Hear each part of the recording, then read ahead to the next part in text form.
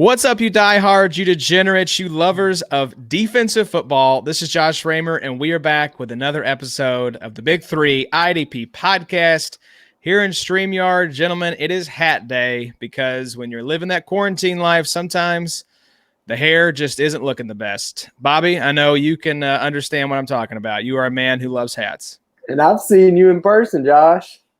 I think I was wearing this exact outfit when you did. I don't think I've changed since then. About 24 hours ago. I have not changed in the past 24 hours. Addie's usually rocking a hat when he comes into the Sode Shack. So, Addie, nothing's changed for you? No, big hat boy, always. I can't wear them to work, you know. So, yeah, I usually, whenever I'm off the clock, you're going to see your boy with the hat on. That's right. You have one in your car? Looking sick as hell, dude. Always, dude. Do you have a couple like in your car ready to go? Yeah, I got about 20 to 25 MAGA hats. You just rotate them out. Yeah.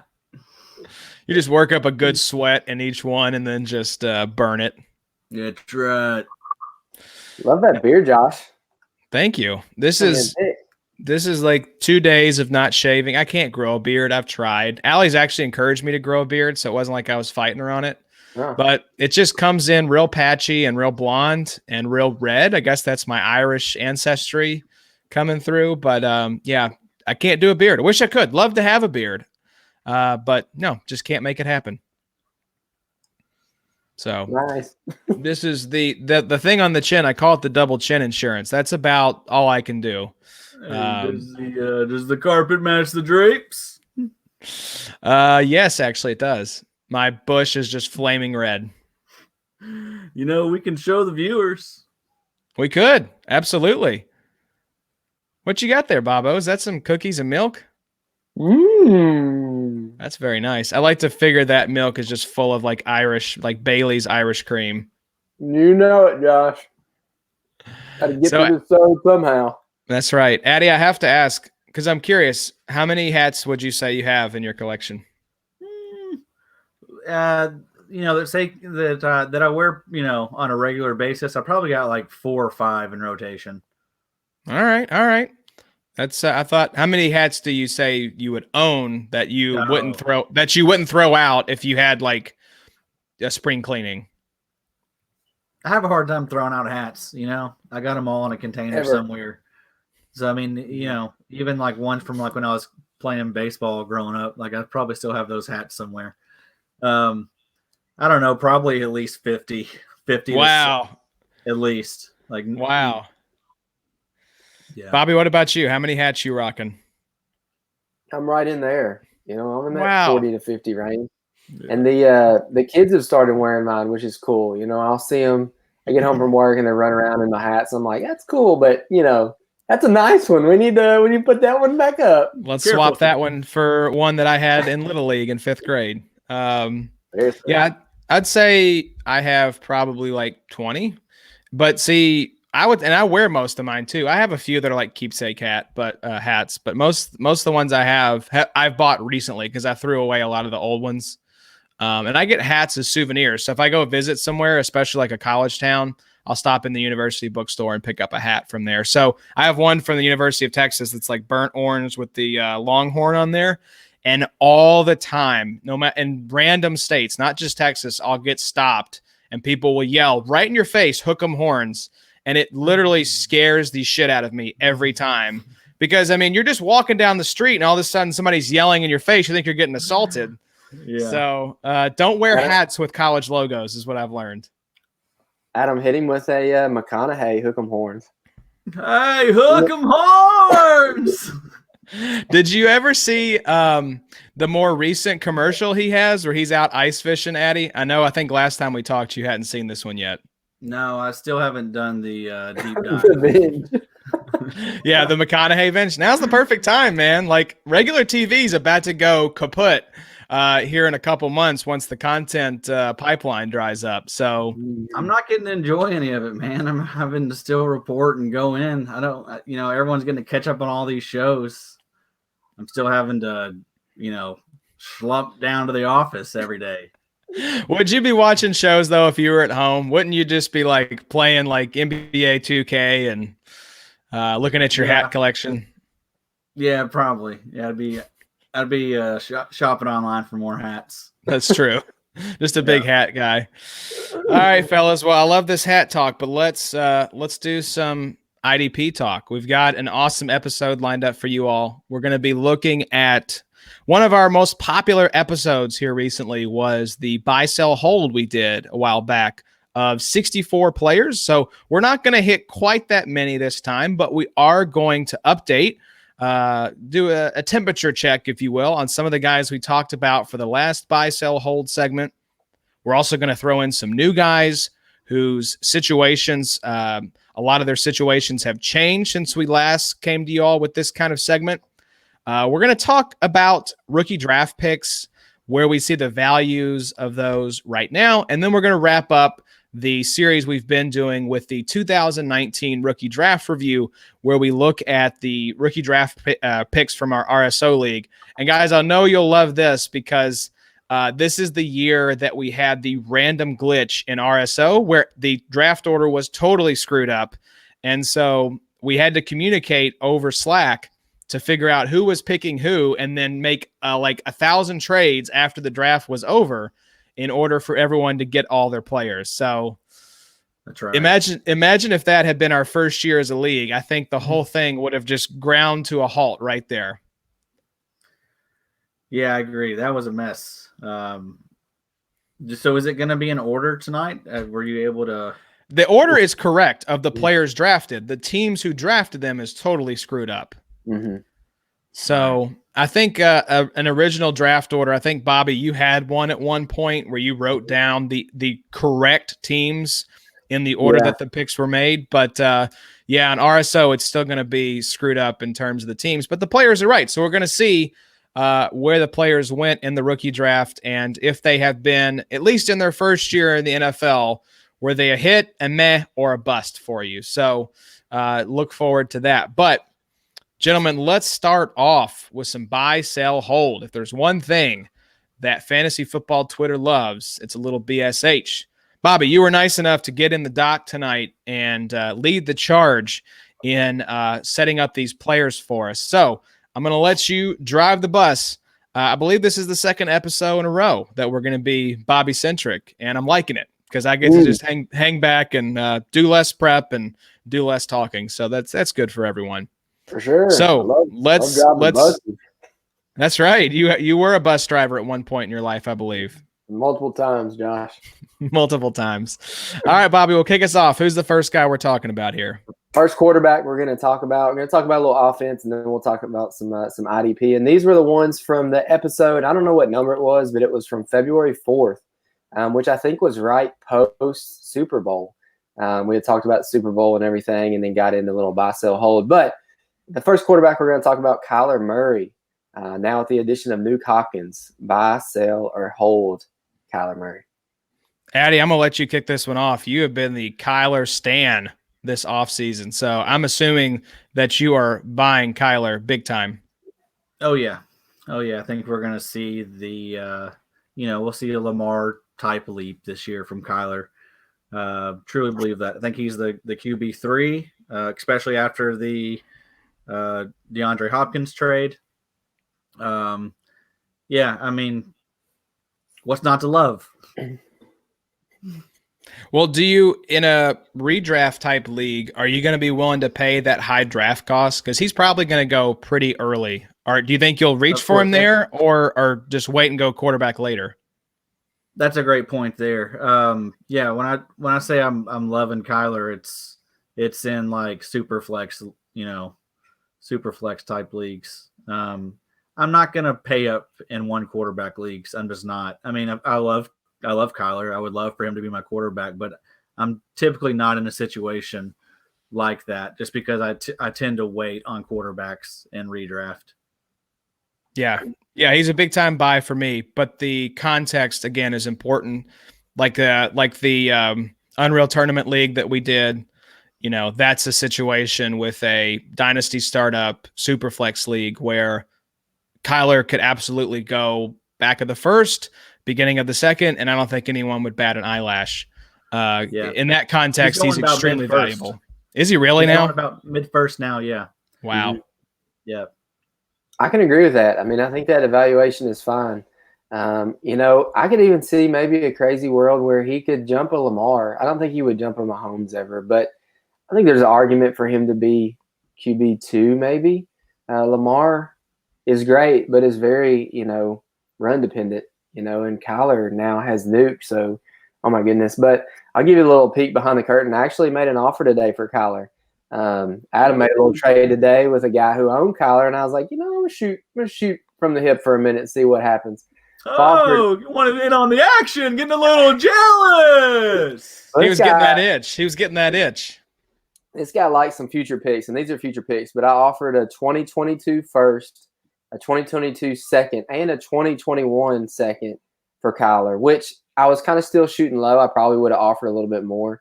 The guy was like, it's a fair evaluation, but just not somebody I'm really looking to move right now. So it did suck. I would love to have a guy like Kyler, Mahomes, Lamar, even Deshaun. Lift around at Deshaun a little bit here lately too. I think Deshaun is a fine buy right now, but Kyler's a great buy if you can buy him, but it's going to cost you so much money in a dynasty league. Well, Bobby, what would you be willing to part with one of those 2020 first round picks to get Mr. Kyler? I don't know. I'd have to really think hard about that. I love my setup right now for the first. I've moved the first that I wanted to move. Which was what?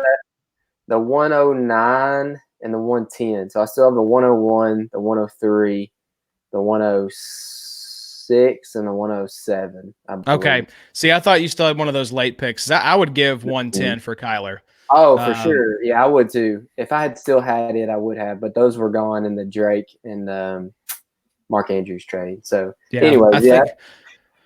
because I think I moved with Zach a couple years ago. I think I either gave, and I'm pretty sure it was 111 for Patrick Mahomes. Wow. So, and that was before, obviously, he had started his second season. Mm-hmm. So he hadn't had the Mahomes. He'd had the one game, at the end of the season, his rookie year against Denver, that he flashed, but nobody knew he was going to be the MVP of the league at that point.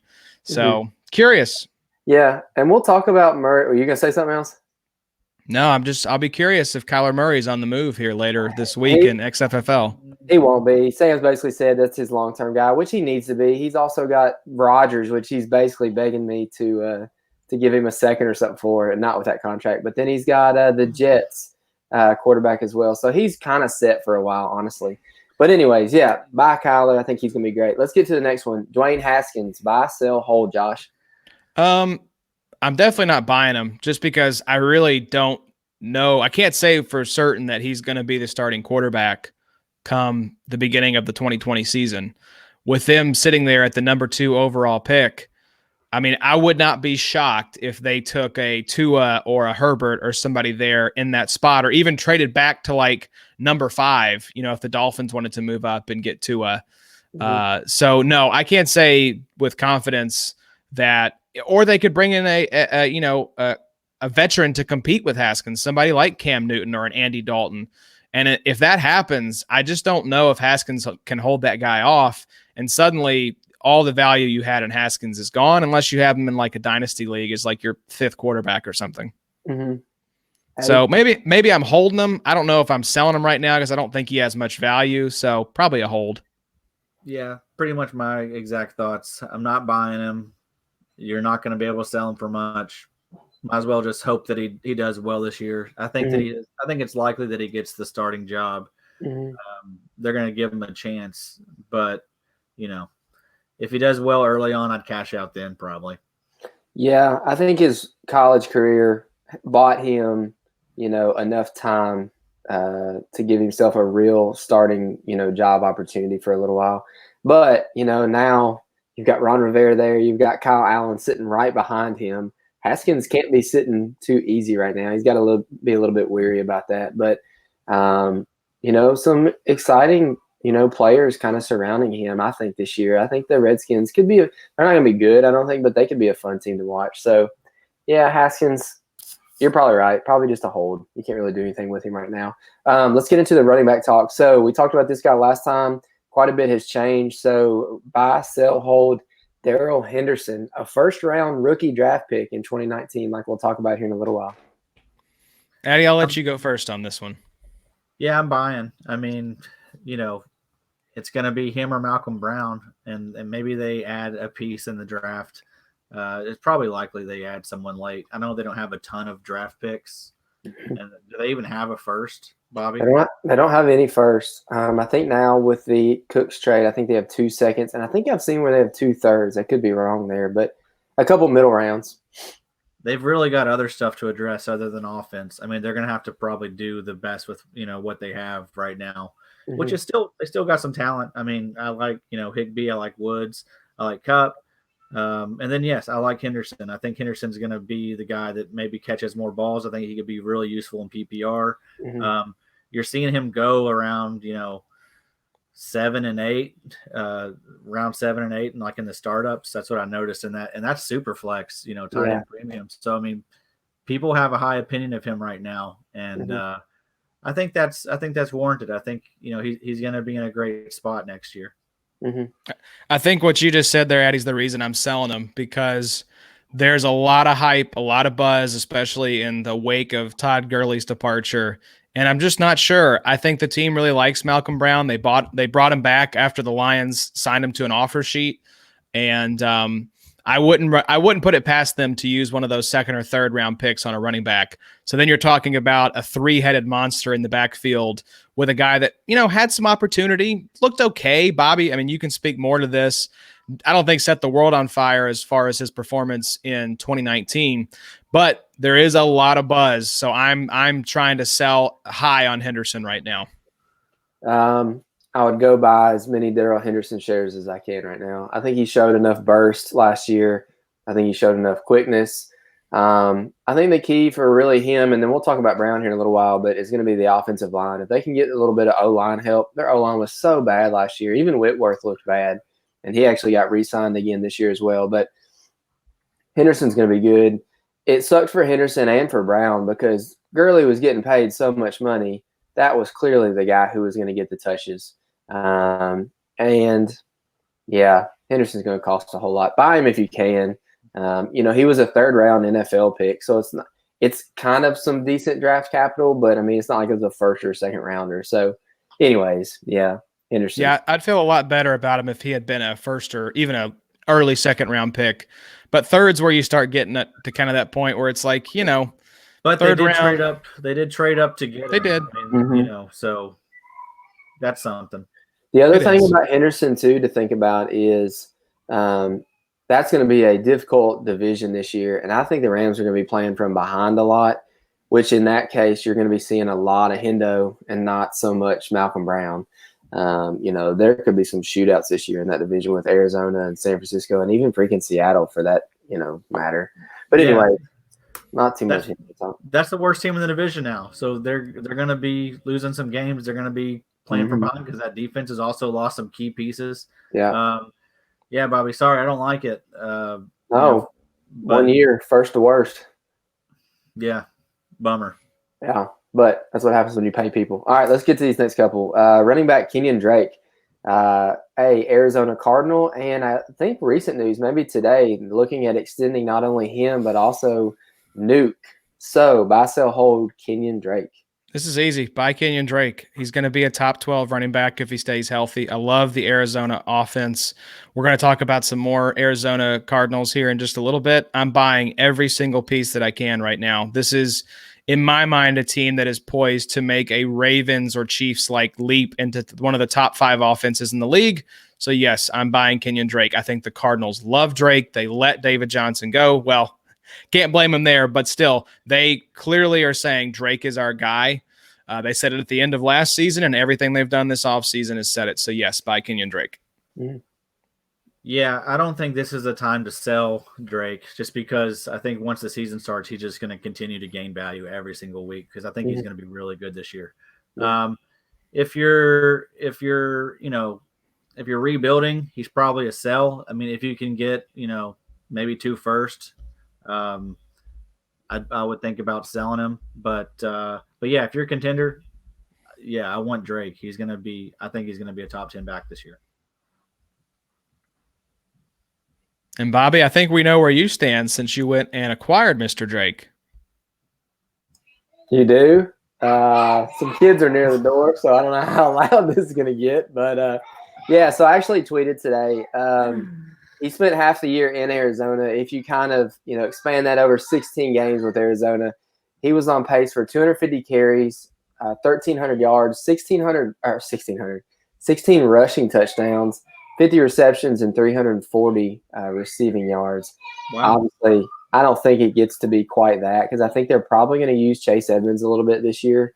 But, oh, my gosh, man, what a fun back to have in that offense. I'm really jealous as a Rams fan. But, yeah, go by Kenyon Drake. I think that's a pretty easy one. Let's get to the next one here, a little bit more difficult. So, running back Derrick Henry received the franchise tag here from the Titans. Buy, sell, hold, the big back in Tennessee. Yeah. For me, this honestly depends a lot on how his NFL contract situation plays out. I think if he is going to be on the franchise tag, I am looking to acquire him in redraft leagues because I think they're going to run him into the ground, a la DeMarco Murray, and he's going to get just a ton of usage before they let him hit the open market next season.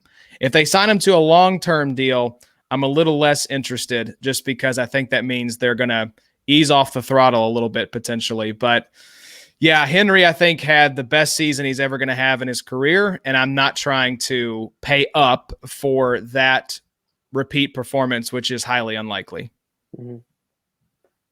Because, I mean, the Tennessee Titans offense was insanely efficient in the red zone. I know the Ballers have been talking about this. Like, of 27 red zone opportunities, they kicked 1 field goal or something like that. I mean, it was absolutely insane how good they were down there. And that's just not going to happen again. So naturally, scoring for all of their fantasy guys is going to come down just because they're going to be kicking more field goals. So, yeah, I mean, Derrick Henry's a guy that I wouldn't mind having, but I'm not going to pay up trying to get that repeat performance from 2019. Yeah, it's important to remember all these buy, sell, hold questions. It depends on where you are, as a team in your dynasty leagues. But yeah, I mean, I'm selling Henry. I just think people really value him right now. People really like him. Yeah. Yeah, I mean, I don't know that he'll ever be better, than he's been. So yeah, and he's coming off that historic run. I mean, it's a good time to sell. Yeah, the Titans are going to draft a running back. Dion Lewis now is a free agent. Last year he had 303 carries for 1,540 yards and 16 touchdowns. He is also 6'3", 247, and he's 26 years old. A body that big is not meant to carry, those shoulders for too many years, and I agree with you. They were super, super efficient last year. Tannehill is a huge upgrade from Mariota. I think that team will compete obviously again this year in what I think is still a weak AFC South. But yeah, no Jack Conklin, he's now with the Browns. So that's something to, maybe take into consideration too, but sell all the Derrick Henry that you can. Let's get to the next one. I know Adam probably has a little bit to say about these next two wide receivers. The new toy for Tom Brady, a wide receiver in Tampa Bay, Chris Godwin. Buy, sell, or hold? It's going to be tough. I mean, do you all think Godwin's value has gone up since Tom Brady came in? No, I don't think so. But it hasn't dropped off too much either. I mean, Godwin was being selected like late first, even as early as like 108, 109. But once the trade happened, I've noticed he's been like mid-second. And even Evans is taking the bigger hit. Evans is going like mid-third, like late third. I think people are extrapolating Tom Brady doesn't throw a good deep ball anymore. Mike Evans is kind of more of a deep receiver. And am I remembering correctly, Godwin played more in the slot last year? Yes. So he could be sort of like that Julian Edelman type role. Yeah. Who cares that Tom Brady doesn't throw the deep ball that well anymore? Mike Evans is usually 3 steps behind the defender. He doesn't have to throw that great of a deep ball. Like, he'll be fine. Just throw it up, Tom. Like, you got Mike Evans and Chris Godwin. Like, I don't know. I don't think that Mike Evans is going to be as bad as everyone's, panning. What if Mike Evans goes out and puts up like 15, touchdowns this year?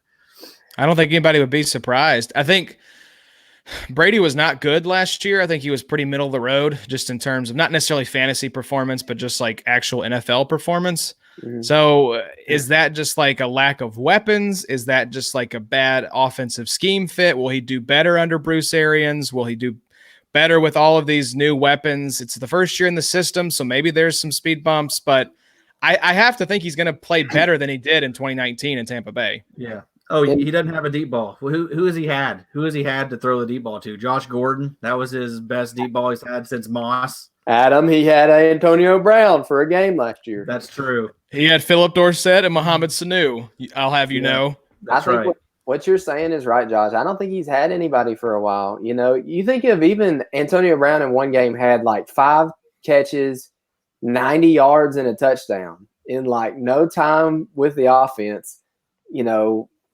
Whatever type of frostbite on his feet or whatever.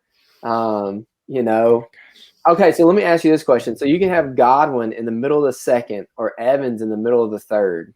What would you rather have? I want Evans. Yeah, I think I do too. Yeah. I'm going to go elsewhere. I mean, I like Godwin, but I don't know. I don't. There's second is nice. There's a lot of nice guys in the second. So I say probably hold Godwin right now. He's going to cost too much to buy. And I think his value has dipped just enough where you're not selling at the highest point that you possibly could. Adam's right. Go buy Mike Evans. There's no point to sell Godwin right now because even though he has Brady there who's older, he's only going to be there for 2 years. So, Sure. I mean, this quarterback situation isn't going to last forever. They could bring someone younger in. I mean, don't get too caught up in that stuff. Those situations change quickly. Let's talk about a situation that recently changed. So the new wide receiver for the Buffalo Bills, Adam's very own Stefon Diggs. Addy, buy, sell, or hold? Oh man, I'll probably be buying. I think a lot of people are going to be a little scared off about the landing spot. Everyone any chance that they get an opportunity to dump on Josh Allen, everyone loves that. So I mean, people are hating on the landing spot, but we saw John Brown have his best year he's ever had. So I mean, similar type receivers. Stefon Diggs is even better than him. I don't know. I think it could be okay. I don't think like 90 catches, 1,200 yards, 7-8 touchdowns. I don't think that's out of the question. I'm fine buying him right now because I don't think he's going to cost that much because I think people are hesitant about the situation. Mm-hmm. Yeah, this is league specific because I could absolutely see if the Diggs owner is down on the landing spot, swoop in there and get him for like a high second round pick or something.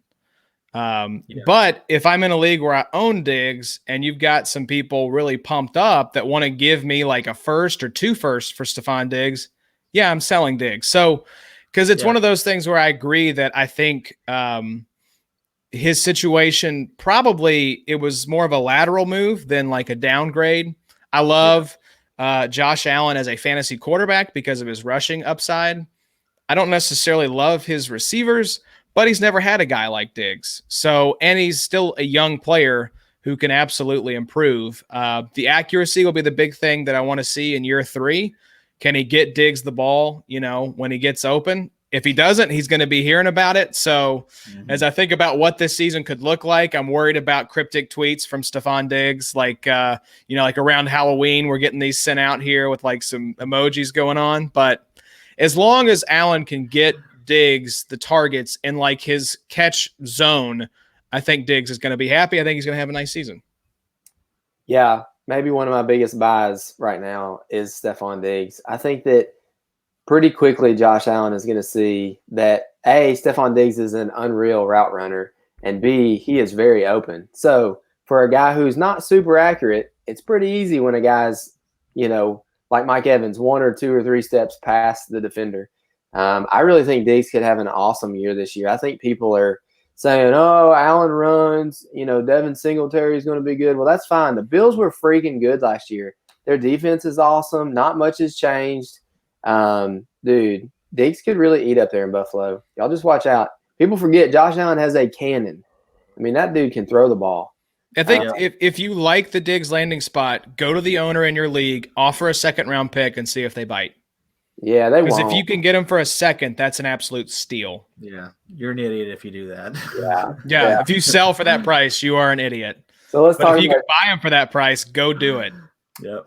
Speaking of idiot moves, let's move to wide receiver Robbie Anderson now, a Carolina Panther. Buy, sell, or hold the new wide receiver in Carolina. Joshy? Yeah, I'm selling. I don't like this landing spot at all for Robbie Anderson. He is a field stretcher. That is his greatest asset. We've talked about it ad nauseum on this podcast. Everyone that's in the fantasy community knows Bridgewater had the lowest depth of target for the games that he started last year for the Saints. I think it was 6 yards per pass. So he just doesn't throw deep, which maybe that's going to change. Maybe with the offense that Matt Rule is going to be running and Joe Brady are going to have there in Carolina, Teddy's going to take some more deep shots. I don't think he's incapable of throwing deep. Maybe that's what he was asked to do for the Saints. But just from what I've seen of what Bridgewater likes to do under center and what Robbie Anderson's skill set is, this is a total mismatch.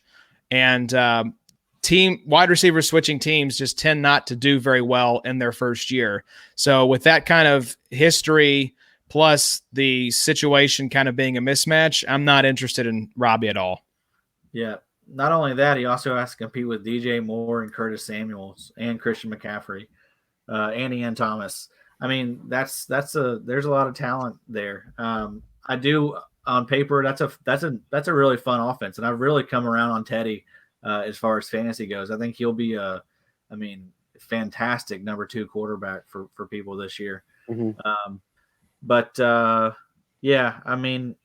I was pretty bummed out when Robbie Anderson signed with Carolina. I actually took him in a few of those startups we did. That was before free agency. And I didn't draft any more Robbie Anderson in the startups after free agency.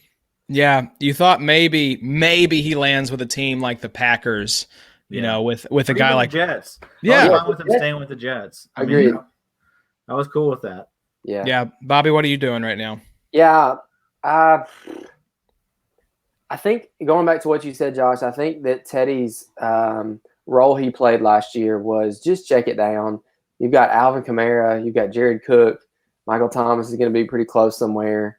I think they'll probably stretch the field a little bit more with Teddy in Carolina because of those receivers. I think it is possible that one of those receivers is gone in the DJ Moore. Help me out here. Curtis Samuel could possibly move on, which in that case, maybe you would want Robbie, but compete with Christian McCaffrey is not great. I mean, that team's number 1 receiver is Christian McCaffrey.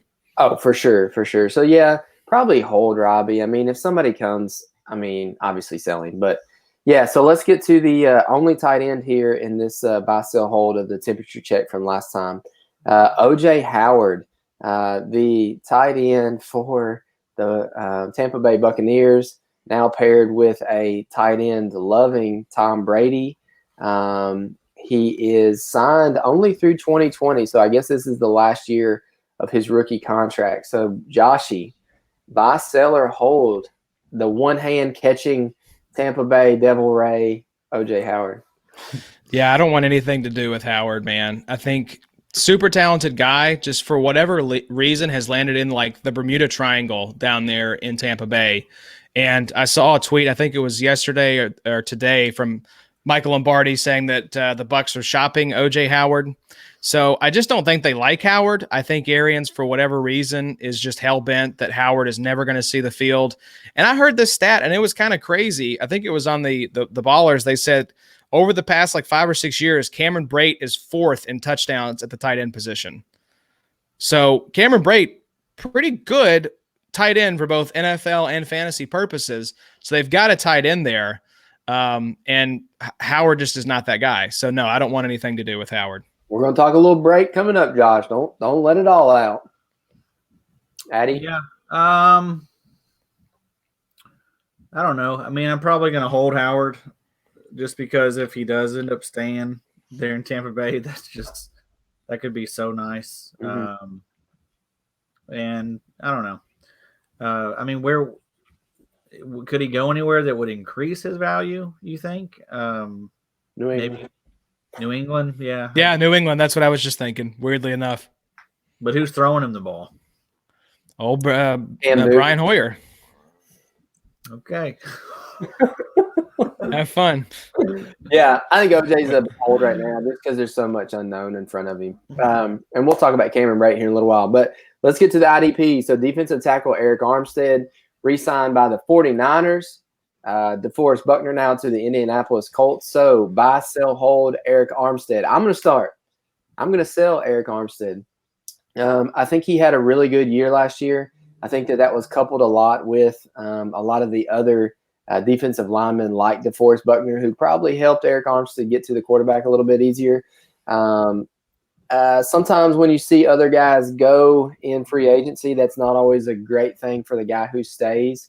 It means they probably have a little bit more double teams. And, Eric Armstead to me is not Aaron Donald. So he was a great player last year. If he is relatively cheap, he's fine to keep around. I think he's a great defensive tackle, especially when you have a defensive tackle specific league. But somebody comes and wants to pay you for his 2019 price, ship that boy off. Yes, 100% agree. Yeah, Eric Armstead, you owe a lot to DeForest Buckner. I think Armstead is really good, but man, DeForest Buckner, he's number 2 right after Donald, in my opinion, as far as interior linemen go. Mm-hmm. And so, yeah, it'll hurt him a lot, with the DeForest leaving town. We saw it with, who was it that LA had? Sue, yeah. Mm-hmm. He wasn't nearly as good after having Donald. I think we could probably see the same thing with Fowler maybe this next year. That's a good point, Adam. I think maybe DeForest and Donald could maybe flip this year. I think you could maybe see DeForest as your number 1 D tackle. Aaron Donald doesn't have any help right now other than Michael Brockers and Leonard Floyd. So yeah, there you go. The guy that failed his physical. Exactly. Oh, but Leonard Floyd, that's a good point. I think he could be sneaky, like a nice little sneaky late pick, just because, again, he'll be playing next to Donald. That'll be that should benefit him. Yeah, there's 3 guys on Donald. Leonard's got to get past a half a guy pretty much. There's 3 guys on Donald, and they're all stabbing him because he can't block that many knives. And for me, with especially defensive tackle, where it's just so hard to predict the guys that are going to consistently show up at the top of the end of the year rankings for that position. If you're in a D tackle required league, I'm selling guys that are coming off of career high performances, unless their name is Aaron Donald, because I'm going to grab guys like Ed Oliver that are on the come up, that maybe started the year slow, dealt with some injuries, but you saw enough of a flash that I'd rather throw the dart with this young guy than cash out on Armstead, because you could probably get a nice haul for Armstead right now. So I'm selling Armstead big time. Yeah, and we got some nice defensive tackles coming in now. There's two that stand out to me in this class. So anytime you can sell those guys, they don't seem to. It seems more difficult for them to repeat year to year. Exactly. Kenny Clark, insert reference. Kenny Clark, even DeForest Buckner. The year prior he had a 12 or 13 sack year, and this past year definitely took a step down. Mm-hmm. Yeah, agreed.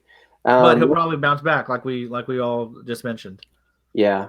I think Buckner might be a nice buy right now. We won't talk about him. But, yeah. Joshy, go get your boy DeForest. So let's talk about a guy who's still I guess he's franchise tagged right now. Yeah, Yannick Ngakoue. possibility of maybe seeing him moved in the draft or maybe post-draft. I think there's a high probability of that. But are y'all buying, selling, or holding Yannick right now? I'm going to hold him just until I figure out where he's playing. I'm going to buy him right now. I think you can buy him cheap. I think Yannick's a great player. I don't think it's going to cost you a whole lot. I think Yannick would be a perfect person to go and grab while there's still some ambiguity there. Yeah. Yannick's Unique. Is that what we're supposed to call him? Unique. Sorry. Yeah. Unique's, I mean, he's been a career buy, honestly. You should be buying this. You should have been buying this guy every single year. He just continues to, outperform his ADP, and now his ADP is finally, I think, caught up to the talent. But he's still, a low end defensive end one. Yeah, agreed. Let's get into these linebackers. Let's go first. Leighton Vander Esch, Dallas Cowboys linebacker, got a little bit of a lingering neck issue. Buy, sell, or hold LVE? Sell. Find the Cowboys fan in your league and sell them. That's a yes. Big three thumbs up. Big three thumbs up. Yeah, that's exactly what I was going to say. Find the Cowboys fan, sell LVE, and laugh all the way to the bank. Real quick, buy, sell, hold Jaylon Smith. Buy, but I don't know. He's probably going to be too expensive. I'm probably not buying. I'm probably not going to buy him. There's not a lot of linebackers I'm going to buy just because if you're buying them, you like their situation. Their current owner probably does too. And this is a position that you can find guys. Mm-hmm. You can find guys in the rookie drafts. You can find guys in free agency like AJ Johnson that can give you some good upside week to week. So there's, like I said, there's very few guys that I'm probably going to be looking to acquire. It might not be so ridiculous to see the Cowboys take a linebacker. Probably not in the first round. No, it's Kenneth Murray, just like you said in your mock draft. If they do, there's great concern there for LVE, and you should probably, before that pick really, gets to be around for 5 minutes on Twitter, you should probably make offers as fast as you can. A recent mock, I don't know why I'm just thinking of this, and I wanted to get your all's opinion. Daniel Jeremiah and Bucky Brooks, I think, did a mock not too long ago, and they had Dallas taking Justin Jefferson in the first round, which I thought was kind of bizarre. You got Blake Jarwin, you've got Gallup, you've got Cooper. I think Dak's going to get paid here soon. I don't really know if they need Justin Jefferson right now, but that would definitely be fun if you were Dak. Yeah, but I mean, there's a team that's pretty close to being built. They have a great offensive line. They've pretty solid defense. They could definitely add there. Mm-hmm. But I mean, they're at a point where maybe they can just add little luxury pieces now. Yeah. And just get little pieces like that could put the offense over the top. Mm-hmm. That's a good point. And then Tony Pollard, maybe one of my favorite backups in the league. I mean, we didn't even mention Zeke and Tony Pollard. Yeah, goodness gracious. All right, let's keep it on the IDP side. Sorry, I chased that rabbit for a second. Adam's boy, Deion Jones, Devondre Campbell now gone to Arizona, who we'll talk about later. We buying, selling, holding Deion. I'll go first just because I know Addy, is going to give the spiel. Buy Deion Jones. This is when I said there's a few guys that I'll be buying. I'm buying Deion Jones. Yes, definitely buy because, in the leagues we're in, no one's going to be selling them to us. We've already tried that. You don't get anywhere. But, in your leagues where you don't have, a bunch of freaks, yes, you should be seeking him out because you may still be able to get him at a discount. The time was before Devondre Campbell left town, but I think you could still probably get him for like a late first or something, and I think he's going to be worth that. Yeah, I agree. The other thing Adam mentions a lot, but if you've got a dummy who owns him, Deion's probably on the second page of your linebacking stats from 2019. So, that's kind of one of those things like John Johnson, like we've talked about. Somebody doesn't really know what they're doing. It's like Deion, he didn't do too good last year. I'll go ahead and sell him. But yeah, buy Deion. That's pretty simple. maybe the move to make is right before the draft. You throw out like a 204, 205, something.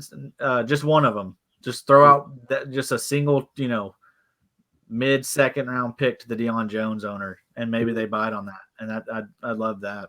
Oh, for sure.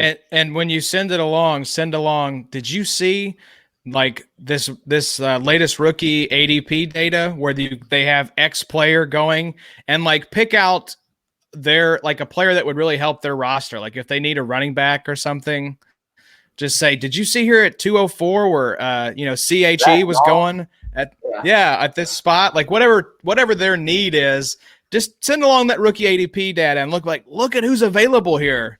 Hey, Josh, you think you're going to get CEH in the second round, don't you? That is never going to happen. Ever. Yeah, probably not. He's going up to 108, Josh. Shit, maybe earlier than that, dude. Ram. Oh, Sigmund Bloom. Shout out Sig, man. He has CEH as his number 1 running back. Dang. That's I haven't heard a lot of people with that take. And actually, I think our boy Sean of the IDP guys, he does rookie rankings. I'm pretty sure he said he has CEH as well. Wow. So yeah, that drum is getting beat right now, boys. It's a good year. We'll see. Gosh, gonna have to move up in the draft. Well, I think there'll be a running back there. No running we'll back. see if it's Benjamin's gone. Hey, I'll take one of those. I'll take one of those juicy IDP guys there at 206. That's fine. They're all too, Josh. They're all gone. There's no one left. All the players have been taken. We expanded the first to 20 picks now. Yeah. All right, so let's talk about my old man crush, Cory Littleton, the new Las Vegas Raider linebacker. Really stupidly moved by Les Snead and Sean McVay. So, Josh, buy, sell, hold. No. I want to hear your take first, Bobby. By Cory Littleton. We'll talk about a guy here in a minute. That's the other side of the linebacking core there for the Raiders, I believe. But yeah, I think Cory's fine. I think he's going to be a top 10 linebacker. He never leaves the field. He's good in coverage. He's definitely a little bit boom bust. He definitely has some games where he'll have an interception, fumble recovery. He'll have some more tackles in some games than others. A lot of times he'll cover a lot of backs when they come out of the backfield and stuff. So, unless they're passing to them, he's not really, racking up stats and stuff. But I like Cory. I think he's decent against the run. I think he's great in coverage. So if you can buy him for a decent amount, you should probably buy him. I don't think you see that much of a drop from the Los Angeles Rams to the Raiders. Yeah, I agree. I'm not worried too much about the transition to Vegas. If I can get him for the right price, I would be interested. I don't know. I don't know how the IDP community, I think if I had to say a general direction, I feel like they're a little down on Cory. I think there's a lot of IDP analysts who are never in fully on Cory Littleton. And, people get stuck on this narrative of, well, if the team was willing to let him go, they must not have valued him that highly, so he must not be that good. And so, yeah, but I think overall, I feel like just the temperature check, people are down on Cory right now. So maybe you can swoop in and get him for a nice price. Mm-hmm. I've been compiling some data recently, fellas.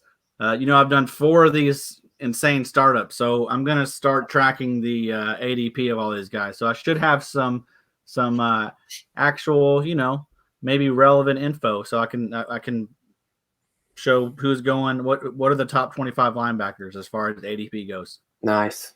Look at you, Addy, just out there doing the Lord's work. Absolutely. Only the best for our listeners, Joshy Washy. Absolutely. Only the best. And maybe if whenever we had the listener league this year, well, I think we're going to have a couple. Maybe we could send the winner of the listener league one of your hats, Addy. Let's not do that, Joshy Washy. One of the Mountain Dew flat bills. The one. There you go. Yeah. Those hats were so dope. I haven't got that in. Now that you say that, the hell? It was not a necessary item right now. Not life saving. So I can't believe the guy selling the Baja Blast hat. I can't believe he wasn't very reliable. Yeah, no, this guy that's selling the Baja Blast hat immediately went and bought up all the toilet paper and has been selling it for $50 a pack on eBay. Smart. Yeah, pretty Yes. smart. What about these last two guys? Linebacker Drew Tranquil. I think Adam's a little bit high on him for this year. Buy, sell, hold Drew, Adam. Well, I was high on him before they brought in old Nick Vigil. Mm-hmm. That's who they brought in, right? It was one of the Vigil boys. I'm pretty sure it was Nick. There's another Vigil boy? Mm-hmm. Yeah, somewhere around there. Somewhere floating around. Vigil's for the Chargers. Yeah. Okay, so yeah, that was who came in. I mean, yeah, I'd still like Tranquil the most out of that group, but Chargers are just going to be a team that I avoid. Mm-hmm. Yeah, please don't draft Isaiah Simmons. That would be terrible. Don't do that. I don't want to see him waste his life there. Sell Drew Tranquil, I think, right now, because I think they probably will draft another linebacker. Your boy, who is like 45, who went to the Redskins. Thomas Davis. There you go. He's gone. Kaiser White doesn't play. Jatavis Brown gone. There you go. I mean, yeah, Tranquil's going to have an opportunity. A lot of people are really high on Tranquil right now, and I think you're right. He will have the opportunity, but I do think they probably will use some draft capital to try to help him out a little bit there too. So, yeah. Great take, Bobby. Anytime. What is it Adam was trying to call him last time? The tranquilizer? I mean, that's good. Oh, yeah. I like that one. That works. What about this last one before we get to the new guys? So, defensive back Justin Simmons, franchise tag there by the Broncos. Simmons was great last year. I'll look it up while we're on here. But buy, sell, or hold Justin Simmons. Yeah, I think I'm probably looking to sell just because I think you can get a pretty penny for Simmons right now based on his performance last year. And I'd be willing to go try to find a guy in your startup draft or auction if you're in a league like ours, or even a guy off the free agent wire going into 2020 who can give you 80% of what Simmons gives you. And then you can take the capital that you get in that trade, go draft someone in the rookie draft if you get rookie picks, or maybe you pick up a nice offensive piece. Yeah. I don't know. I feel like the Simmons fan club is still pretty small. I'm not sure what anyone would be willing to pay for him. But yeah, I mean, he's continued to produce every year. If I can acquire him cheap, I'll be buying him all day. I mean, I don't know what you can expect to sell him for. No one's going to be giving you a second round pick for him. That's true. That's very true. At that point, I'm just going to hold if I need a safety. Yeah, that's a good take. I didn't think about that. You also have to think about the person you're dealing with has to know what they're getting. And Simmons has been a safety one. He was back in safety one last year. I think he was like safety 10 or something. So, yeah, you're right. So let's get to these new guys. Are we supposed to take a break or like get some cookies? No, we're going to keep rolling. Let's do a little bit of a speed round here. Yeah. So we can get through these guys. Maybe a feed or something. Yeah, got a 11:30 feeding with old child of mine. So we're going to get through these boys, and it's going to be a lot of fun. But I'll let you lead it then, Josh. So all right. You go a little faster than me. All right. So, boys, Teddy Bridgewater, buy, sell, hold. Buy. I think you can get him pretty cheap. I think people are, they always doubt Teddy. But that's a great offense around him. It's a great I like the coach they brought in. Love the coordinator. Yeah, buy him. Yeah, no wonder Cam wanted to stay. Look at who he had. That's a great setup. Yeah, buy Teddy, especially in a multiple QB league or super flex. Teddy's a great buy low, QB2 right now. Yeah, the wide receiver options, Christian McCaffrey should repeat as the RB1 if he stays healthy. Just got paid a ton of money, so congrats CMC. But the wide receiver options maybe a little more iffy, but Teddy should have a lot of guys to throw to and should have a lot of touchdowns. So, yes, buy Teddy for sure. Ben Roethlisberger. This is an interesting one, and I'll start us off here because I'm looking to sell Big Ben just because I think the offense will be fine. I think the Steelers are going to return. The gap between Big Ben and the guys that they had playing quarterback and Duck Hodges and old helmet punched guy, Mason Rudolph. I can't call him the helmet puncher. He's the helmet punchy, I guess. But I'm just worried about Big Ben. He looks like a long haul trucker right now, so that's a little concerning. I think he may be pushing 300 pounds. And when it goes for quarterbacks like it did with Peyton Manning, Brett Favre, when it goes for those guys, it goes really quickly. So I'm just kind of worried that coming off this injury, which was pretty serious, that Big Ben could fall off that cliff this year. So he's a sell. Josh, you trying to say Ben's gaining the quarantine? He's gained about the corn 50. Yeah, I just recently bought Roethlisberger, and I don't feel great about it. He won't be my QB1, hopefully, if things go to plan. But, man, Juju, Deontay Johnson, James Washington, I don't know who, Eric Ebron. The running back situation there, I think they'll probably draft somebody. You know, what if they draft a guy like a Jonathan Taylor or, Cam Akers or somebody? I don't think Connor's definitely the dude there. But they've got Benny Snell, and they also have Jalen Samuels. But, yeah, Ben's general health is concerning. I'm probably going to buy Ben just because I think he's going to be cheap. And that's a move I pull a lot. Just buy these aging quarterbacks at the end of their career. Mm-hmm. I mean, they're cheap. He wouldn't cost more than like a early fourth, late third. Like, yeah. You know what I mean?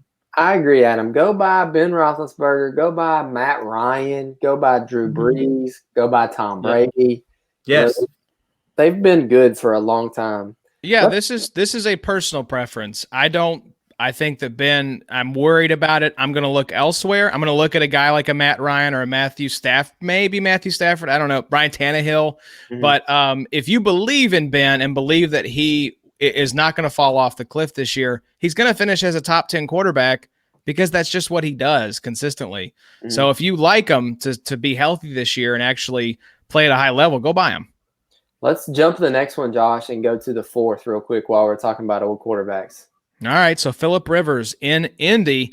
I'm not buying Phil because I think he's washed up. Simple as that. It's hateful, Josh. Similar thing to Big Ben. I'm fine buying him. I mean, Rivers is going to be in a dome. He's going to be in a quarterback-friendly offense. He's going to have some decent weapons. I imagine they were going to continue to add to that team. I could see them maybe drafting somebody pretty high with one of those second-round picks. I think Paris Campbell is going to come back and be much better than he was last year. T.Y. Hilton still has it. Jack Doyle, Molly Cox. You know, we love Jack and we love Cox. So I mean, Naheem Hines, I think he's going to catch a lot of balls. So yeah, I don't think that he's got that bad of a setup around him. I'm fine. He's going to be dirt cheap again. Yes, I will take Rivers. Yeah, I agree. Check down artists. Go buy any Indianapolis running back that you can right now. Yeah, so next guy here, Jameis Winston. Bobby, I'll throw this one to you first because I'm curious why you included Jameis, who's not on a team right now, on the buy, sell, hold list. Is this the guy you're kind of interested in? Well, he's currently owned by one of the three here, and then one of the other three actually owns Cam Newton, who's currently unemployed. So I think buy Jameis. You know, look, last year he was a top 5 QB. Now, given he did have, Chris Godwin and Mike Evans, but somebody's going to take a stab at Jameis, I feel like. I don't know who that's going to be. I don't know if it's going to be like a Denver. Surely probably not a New England. But Jameis isn't going to cost anything right now, and the dude throws the ball a ton. You probably don't want him forever as your NFL quarterback, but for especially a redraft league where you have multiple quarterbacks or a dynasty league where you can buy him for nothing, he's a fine stash. Yeah, it's weird because I don't think NFL teams like Jameis Winston. I think he's a good quarterback. I'd love to have him in Indianapolis, but I don't think NFL coaches and NFL GMs like Jameis. I think they see him as a turnover machine who's never going to change. But here's the thing. One of these quarterbacks is going to get injured early in the season, and if Jameis Winston has not signed yet, he's going to sign there and be the starter. And he's probably going to be pretty good for fantasy. So that's a guy that I don't mind buying, even though he's not employed right now, because he will be employed at some point in the future. before Adam talks, he reminds me a ton of Blake Bortles. Was great for fantasy. Now he's a backup quarterback. And another thing you need to keep in mind with Jameis, and the reason why maybe a lot of these teams aren't, head over heels to get him, is because he has that troubled past and he has a lot of that baggage still. That I don't know. It doesn't leave you feeling good after you do a Jameis Winston Wikipedia search. And so teams are mindful of that. You don't want to bring in someone that's gonna give people a reason to try and cancel you. Mm-hmm. Yeah, don't get canceled. We want to get canceled, but after we make it big. Yes, on our own terms. Please, that's right, people. Let us tell you when we would like to be canceled, and then proceed to cancel us. Yes, absolutely. So let's move into running backs now. Bobby, we talked earlier about Daryl Henderson. What about Malcolm Brown, the other side of the coin there in LA? Are you buying, selling, or holding Malcolm Brown? I'm buying Malcolm Brown. He's the number 2 right now. Daryl Henderson is the clear third down back. Probably will do some punt and kick return this year, I would say. When Todd Gurley was not on the field last year, it was Malcolm Brown's turn. I think the offensive line is going to be better. I don't think you should expect the world out of Malcolm Brown. I think he'd be a fine RB3 flex play. But I think that offense will be better, and I think Brown will be cheap right now. His name is Malcolm Brown. It's not Alvin Kamara. Like, it's not something interesting. So people kind of think he's meh right now. Go get him while they feel that. Yeah, so I was looking at the snap percentages just to see how it shook out last year for the running backs there. So Todd Gurley was actually up around 70.9% for the season. Malcolm Brown was down at 20, which you're like, oh my gosh, that's really low. But then you look at Daryl Henderson, only 8.3% of snaps. Yeah, he didn't play much. Yeah, so they gave Malcolm Brown a ton of snaps. Looks like 222 compared to 93 for Henderson. Mm-hmm. So of the two, I'm much more interested in Malcolm Brown because the Rams have shown a propensity to use Brown more often than Henderson, and everyone's hot for Henderson right now. So Brown is going to cost you far less than Hendo is. So yeah, I'd actually be interested in buying Brown right now. More so than Hendo? Josh? More so than Hendo, just because of the price. That's a good point. Just because if I'm going to take a dart throw in a backfield that honestly seems very up for grabs right now to me, I'm going to take the guy that's cheaper. I just think they're going to give Hendo every opportunity, and they're going to be looking, if maybe Malcolm Brown does get the start, when the year gets going, but they're going to be looking for every opportunity to get more Henderson in there. We shall see. So this is an interesting one here, Bobby, the next guy on our list, because there have been not whispers from this guy's camp or anything necessarily from beat reporters, but Joe Mixon of the Cincinnati Bengals finished the end of 2019 on fire for fantasy. I think he was running back. He was inside the top 5 for fantasy at the end of last season. But now that you're seeing running backs get these big deals, a lot of people on Twitter have come out and said that Mixon should hold out until the Bengals sign him to a multi-year extension. So you do worry a little bit about the Joe Mixon holdout possibility. It seems like Mixon maybe doesn't have as much leverage, obviously, as a guy like CMC, but you talked a little bit about Jameis Winston's spotty background and history off the field. Mixon the same way. I don't feel like he has the same kind of leverage as some of these other guys, and we've seen these holdouts go disastrously wrong with guys like Melvin Gordon. So I'm not too worried about that. But if the owner in your league is worried, they're hearing these holdout whispers, I'm going to go try to grab Mixon if I can, because if he's on the field for 16 games, I don't see a way that he's not a top 12 running back. I think that's a great take, Josh. Yeah, you're right. Mixon does not have, that leg to stand on like some of these other Le'Veon Bells and stuff have. Le'Veon Bell, when he, held out, I don't remember what he was the year prior to that, but he was awesome pretty much. Mixon's great. You're right. He's kind of like, We were just talking about Winston. You do a little bit of search of him, and Mixon stuff comes up that kind of makes you think, not so great. But it would really be stupid, probably, of Joe Mixon to hold out. That's going to be a fun team this year. You're going to have a good quarterback for the first time in a while.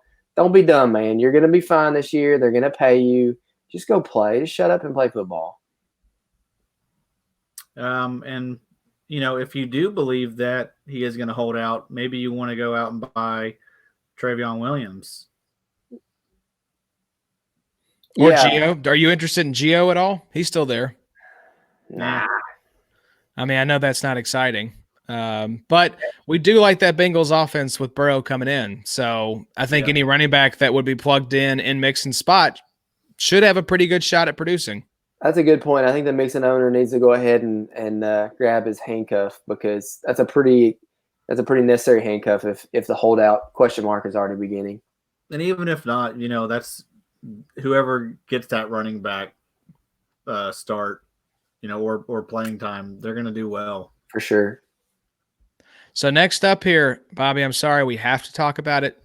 It's Todd Gurley, now of the Atlanta Falcons, wearing Deion's old number, which is it's a power move. I like it. So, and I am going to buy Gurley. You've heard whispers about the Falcons potentially moving up. I think they're at like 16 right now, and taking a defensive player. So I don't know. Have you all heard anything about them potentially taking a running back in the draft? No, but I mean, if they have some late round picks, it might make sense, because there's a lot of talent late, or a lot of nice complimentary backs late like that. A lot of nice guys that can catch the ball and stuff. So they could maybe go that route. But yeah, I think Gurley's he's definitely a buy. Mm-hmm. I think he's going to get a ton of opportunity, because even if the Falcons do take someone, the other guys, and you're saying, oh, now they got 4 running backs. I don't know that Brian Hill and Ito Smith make this roster. I think there's a good chance they roll with Gurley, and if they take a rookie, or maybe they sign an undrafted free agent guy.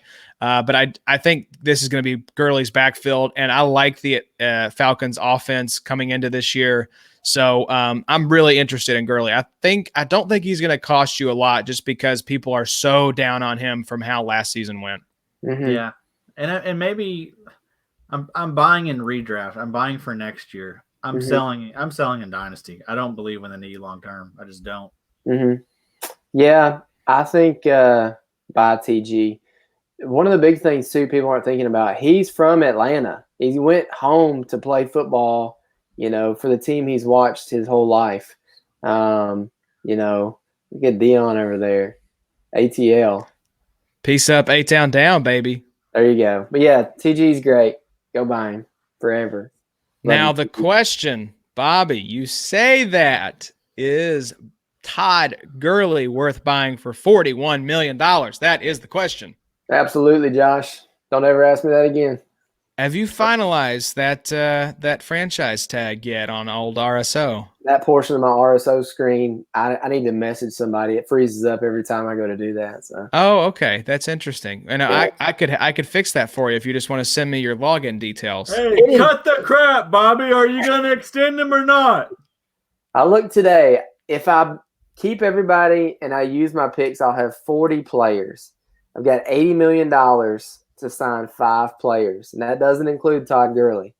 So if I sign Todd to $40 million, I've still got 4 players to sign with $40 million. It's very possible TG's getting 41. TG's getting $41 million, Addy. That's what Bobby's saying right now. He's already justifying it in his mind. So yes, that's how much he wants to buy TG. Looking for a new team too, so there's that. You better put your money where your mouth is. You actually have an opportunity to do this. You better do it. Lauren and Sam ask me every day. So, yeah. Next up here. If I had any insight on that, actually, at one point. Who did? I love that. Lauren. He's like, you think he's going to – because I think he's, wondering if he should extend Amari. He's wondering if he should extend Amari, but he's also wondering, like, wow, crap, if Bobby doesn't extend him, like, he's still got more money than I do going into the draft and needs less players. So, that's true. Little mind games. But let's run through these. next few, Joshy. Yeah, we don't have to talk much about this guy because we're going to talk about him in the rookie review portion. So just a simple buy, sell, hold. David Montgomery right now. Buy, sell, hold. Buy. Addy? Yeah, I think so. Buy. I'd say hold. So Phillip Lindsay, this is an interesting one because of the Melvin Gordon signing. I think they brought Gordon in to have a big role. I think it's going to be a little bit of a split backfield. I'm a Phillip Lindsay fan, but I just can't buy him right now with Melvin Gordon being there because we have no idea how this backfield is going to shake out. I think buy Phillip Lindsay. I like the dude. He's scrappy.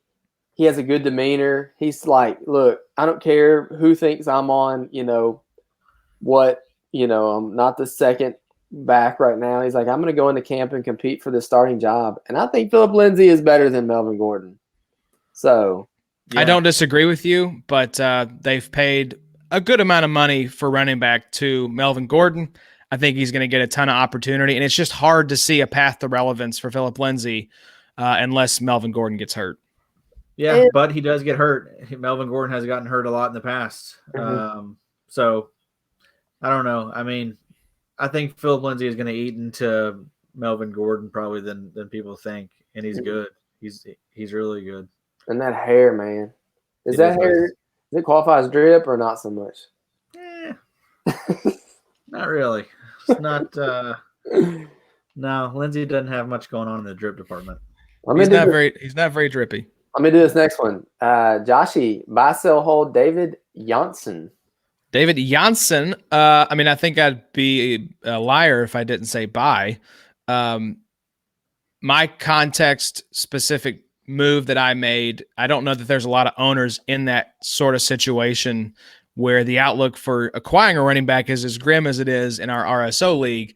For redraft purposes, yes, go buy David Johnson. I think Bill O'Brien's going to give him like 450 carries this year in Houston.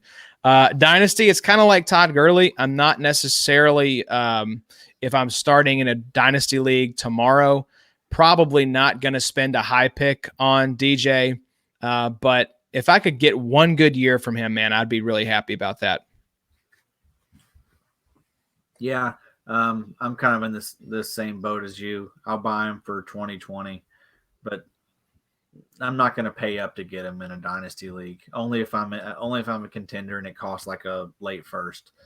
Because they will use him a lot. They said this today on the Ballers. Be very careful making trades for a D Johnson out of Houston this year. Yes. You're not going to be so sure who you're getting. Oh my gosh, that's true. Yeah, Duke Johnson or David Johnson. Johnny did that in one of the drafts I'm in. He actually drafted Duke Johnson thinking it was DJ. Nice. Come on, Johnny.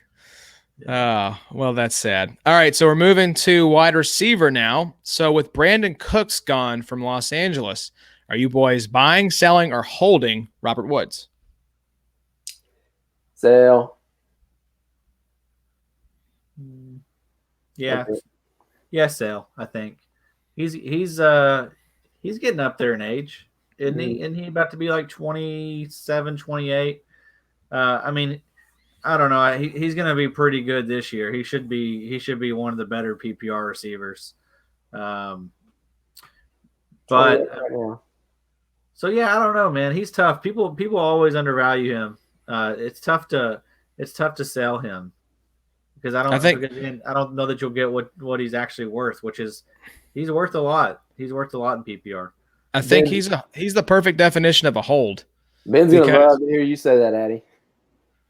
Well, it's like Tyler Lockett and guys like that. I mean, I don't know. They're not the sexy names, but year after year they continue to perform and produce, and every year it seems like we look up and they're a top 15 wide receiver. Mm-hmm. So yeah, I like guys like that.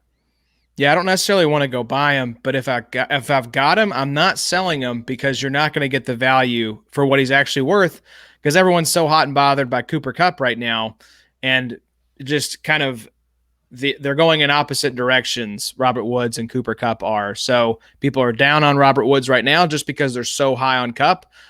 So you're not going to get the value in a trade. I'm just holding him. I think he's a perfect hold right now. They need to be paying attention to Tyler Higbee, Josh. Higbee, I agree. Josh Reynolds. And yeah, I mean, Cooks did just leave. So, I mean, yeah, you would figure Woods is a more important part of the offense. Not that he hasn't been, but I mean, he's just by default should get more targets, I would think. Mm-hmm. Yeah. So next wide receiver here. This is an easy one for me. I said it earlier. I'm trying to buy every piece of the Arizona Cardinals offense I can get. So Christian Kirk. Yes, I am buying Christian Kirk. He's the number 2, obviously, with Nuke there. But I think this is a situation where there's going to be plenty of touchdowns and receptions and yards to go around. So Kirk should have his best year yet, even with Nuke coming in. Yes. People sleep on him. He's dropping way too far in dynasty drafts right now. And even if he is the number 3 this year, behind Fitz, who cares? Fitz is going to be out of there soon. And at that point, it's going to be, Kyler and DeAndre and whoever else they bring in. Mm-hmm. But Kirk will be, Kirk will have a lot of chemistry at that point with Kyler.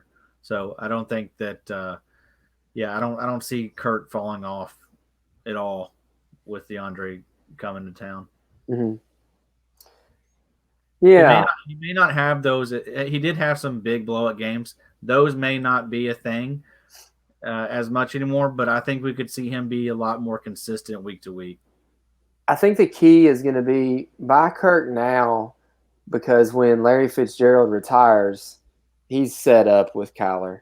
Mm-hmm. You might not get the production out of him this year, but 2021, 2022, when he really, hits his stride. And people forget, too, there's not really a relevant tight end there in Arizona. Yeah. Kirk's a good buy right now, I think. Yeah. Yeah, by the Cardinals. We need to look at his ADP and see where he's going. Oh, it's plummeted. It's plummeted since DeAndre was brought in. It'll start to rebound as we get closer to draft time. I think that's like a kind of a knee-jerk reaction type of ADP that we're seeing right now. I think it'll rebound as you get closer to, drafts come July, August. This next guy is also very fascinating to me because I feel like he's one of the most divisive players in fantasy football, and that's Cowboys wide receiver Amari Cooper. I'll start. Cooper's a guy I don't want on any roster necessarily because if I can keep from it. Now, I think I actually took him in Unreal Tournament, but it was just because of where he fell. I was like, well, sure, why not? But I'm going to try my best to avoid Cooper, except in like best ball leagues, because half the year he's going to be great. The other half of the year, he's going to completely disappear, like 0 points, 1 catch, maybe a few points here or there, which is just insane for how much money the Cowboys just gave him. So as best I can, I'm going to try to avoid Cooper. Yep. He's I'm never gonna own Cooper probably anywhere. Just the fact that he went to Bama, played for the Cowboys, like good Lord, you should people love him. Like you'll always be able to find people in a league that think he's worth a ton. And that's just I don't know. I'm not interested in that. I'm gonna buy Amari. Last year, 79 receptions, almost 1,200 yards and 8 touchdowns. He's only 25 years old. He's going to have more time with Dak.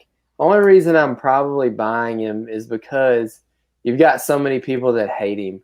I don't think he's going to cost like a Julio or an OBJ or a Diggs, somebody like that. I think you'd be able to get him for a little bit cheaper. But anyways, yeah, I like Cooper.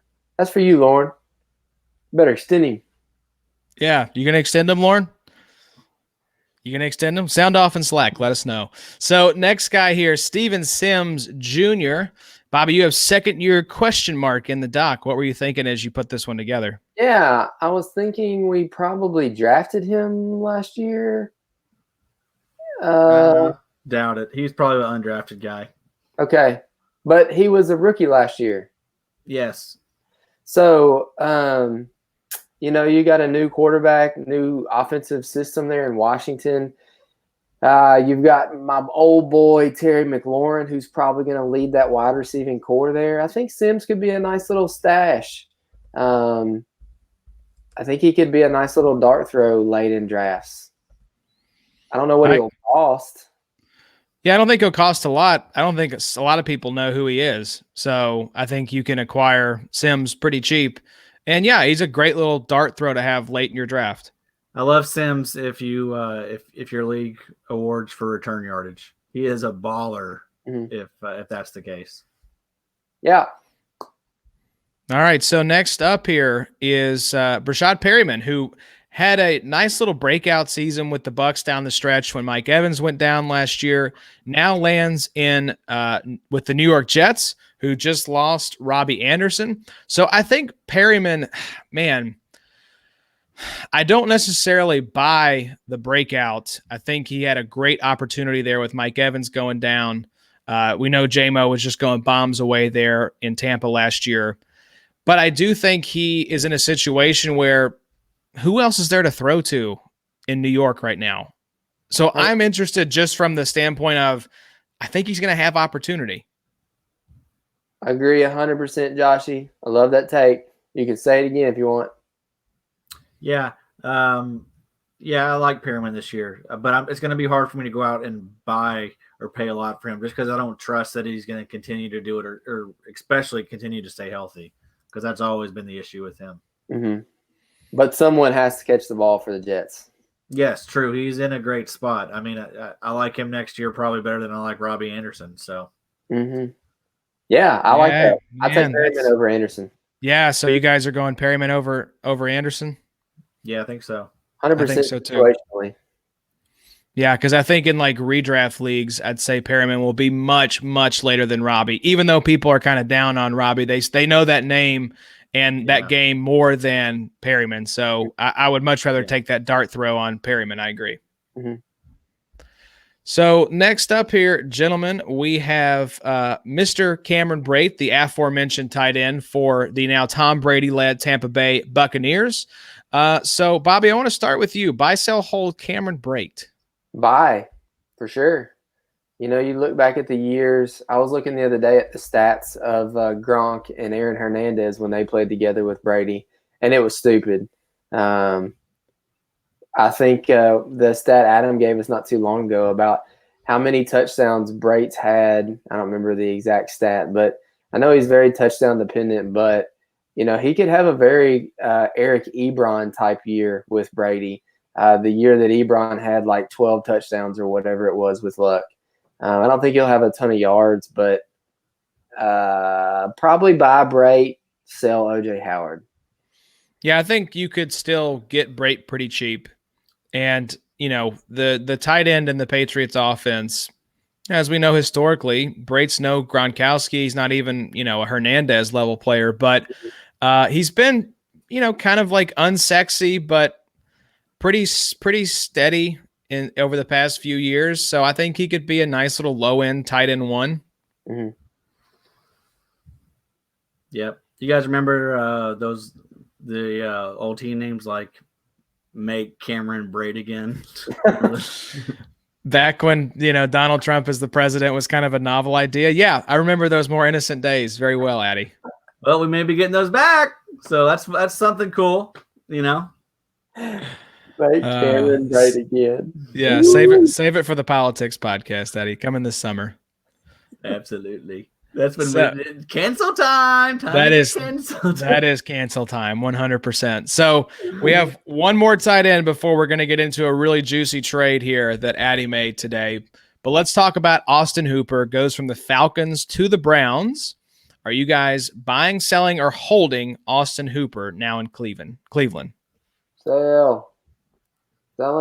Sell. Yeah.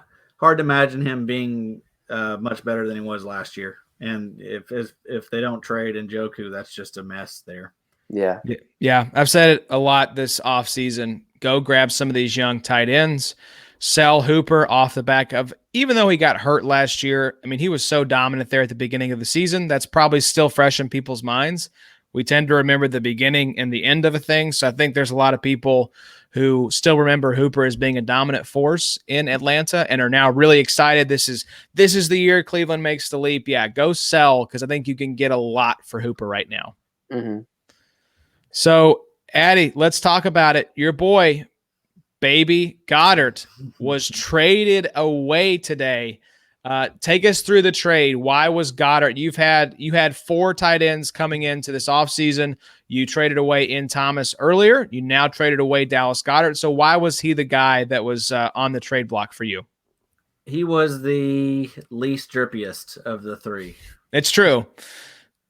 He does not have a lot of drip. He is a big time nerd. We've talked about his performance on All or Nothing with the Eagles.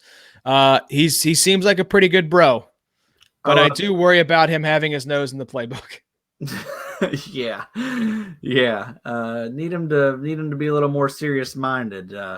So that factored into this, Josh. But no, I mean, I love Dallas Goedert, but honestly, I'm ate up with him pretty much like in every dynasty league I'm in. So it's one of those deals where it's like, well, I can part with him. I didn't have the highest pick in this draft. I had was 212. So I guess we should break down the trade. So I traded Dallas Goedert and 307 for the 202. I like it, especially because you have 2 other tight ends you really like in Evan Ingram and Irv Smith. Right. Those are 2 young guys that when I'm talking about get young tight ends, those are 2 guys I'm talking about. And you just moved up to a really primo spot in the draft where there should be, some nice offensive talent still available that early in the second. So to upgrade from Dallas Goedert to potentially one of these nice wide receivers or running backs or the top IDP option available, I like that. That's pretty nice. Or CEH. CEH, maybe. Yeah. Is it CHE or CEH? I should know this. That'd be a player, Josh. CEH. Okay, good to know. Yeah. I don't know. I mean, we've seen that these early seconds can sometimes be very fruitful, and so that's what I'm hoping that happens here, because there are some nice IDP guys in this draft. So you imagine some of that offensive talent could slide.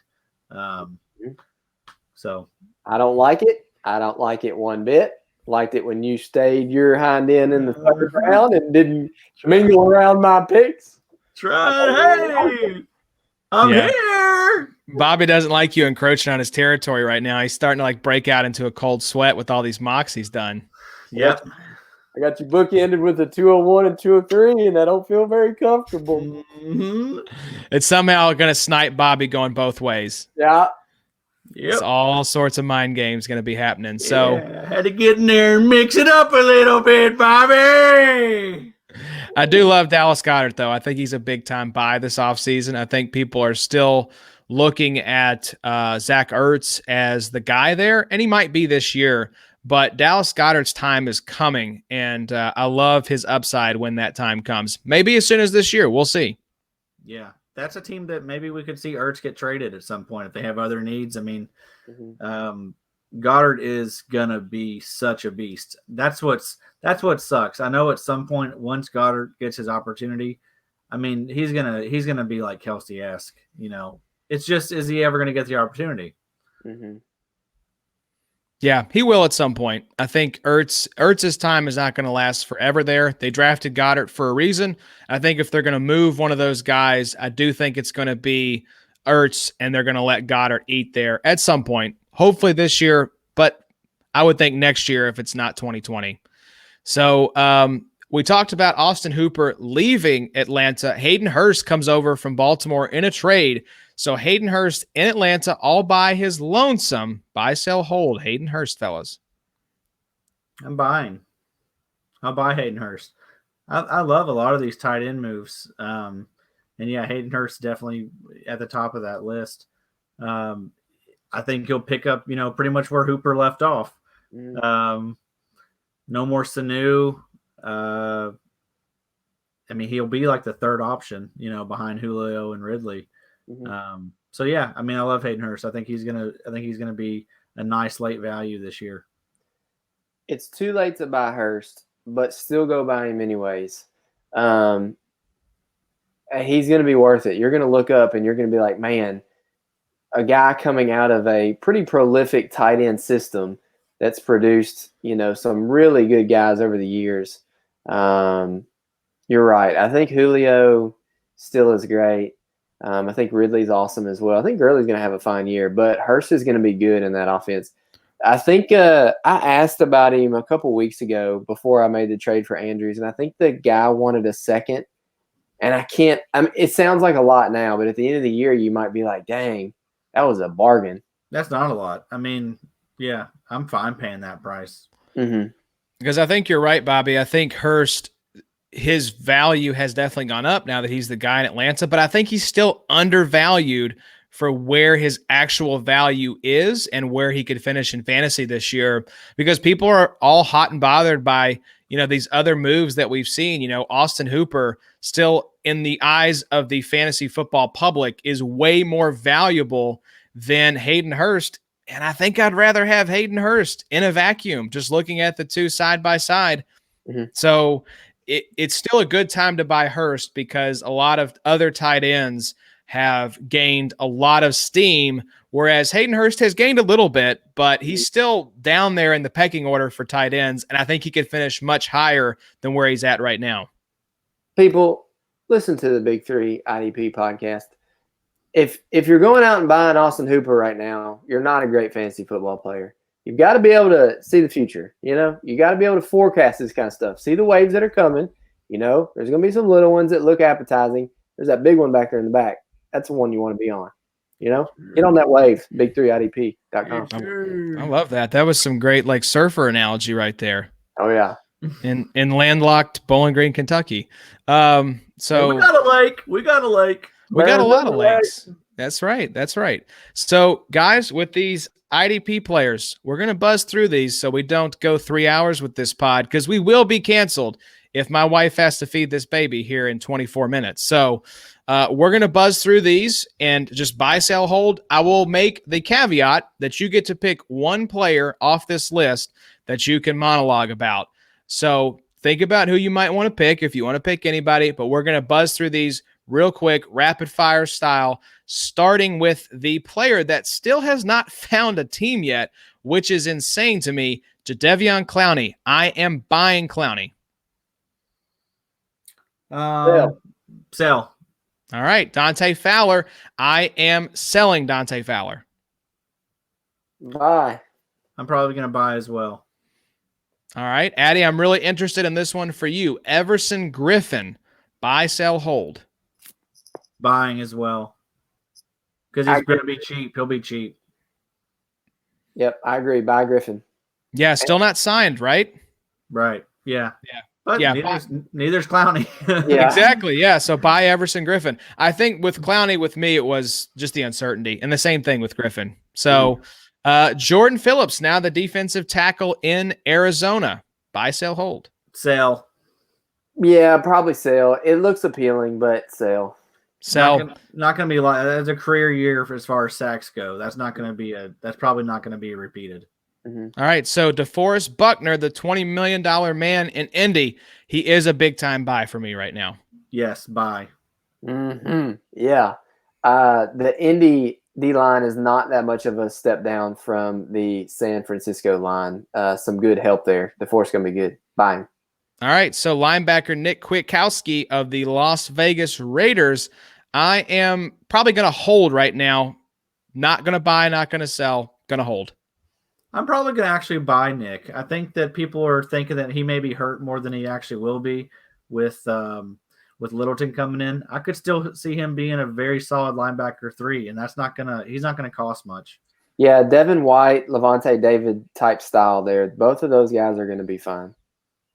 All right, so Joe Schobert, now the man in the middle for the Jacksonville Jaguars. He is a big-time sell for me. He might be a buy for me.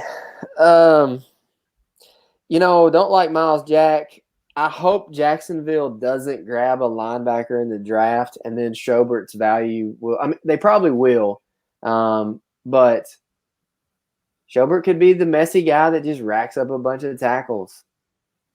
Yeah, I think he's gonna rack up a lot of stats and tackles for sure. I think last year he was helped with the big play stats, so that may not be a thing, but he's going to get 140, 150 tackles probably. So, yeah, and he probably won't cost that much. He's not going to cost as much as a top tier linebacker. So, yeah, I mean, but he was the LB2 last year, so I think the IDP community sees him as a top tier linebacker though. So I think the price is going to be pretty high if you want to try to go buy him right now. The dopes do. His name's Joe.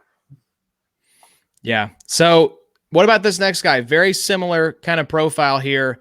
Maybe not the best NFL linebacker, but always an IDP contributor and now in a new place. This is Blake Martinez with the New York Giants. He was the LB7 in 2019 in our RSO league. Buy, sell, hold Blake Martinez. Buy. If you didn't understand why, you should go back to our last episode and listen to Mike Wollert's take on Blake Martinez, which was awesome in our mic'd up section.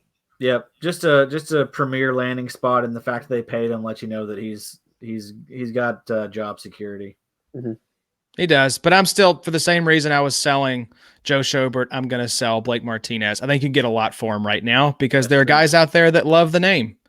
So let's look at the as Joey the Tooth christened him, Devondre Campbell. What was he? The tackle vampire or the fantasy vampire? The fantasy vampire. Yeah. So Devondre Campbell left Atlanta, now in Arizona. What are you all doing with Mr. Campbell down there for the Cardinals? Definitely not buying him. I mean, I'll probably just hold him, or no, I'll probably sell him. Hoping hoping people look at the stats from last year. They'll see career highs. Yeah, I'm selling him because Jordan Hicks is still going to be the main guy there.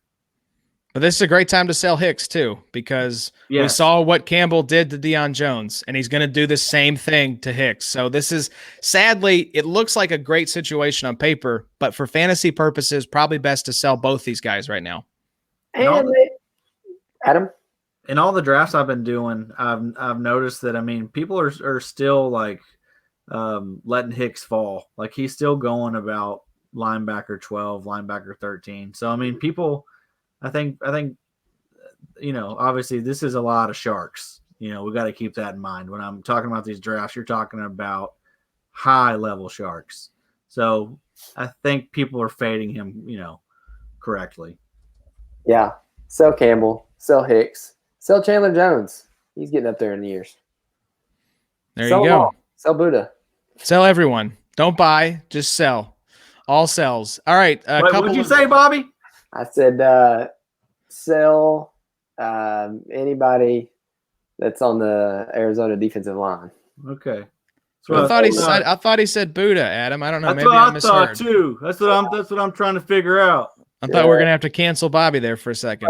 Cut the tape back on again. Yeah, I think I will. I certainly will. As soon as it's made available, I will go back and cut that tape on. Bobby, I will cut that for you just so Adam doesn't murder you in your sleep. Leave it as is. You left that other bullshit in. Familiar.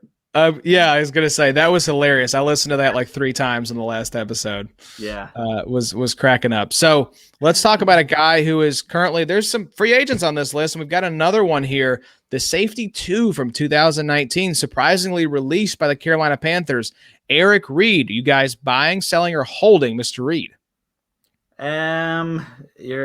Maybe buying. I think he's going to get picked up, and he'll be a total bargain when he does, because he'll get a lot of tackles.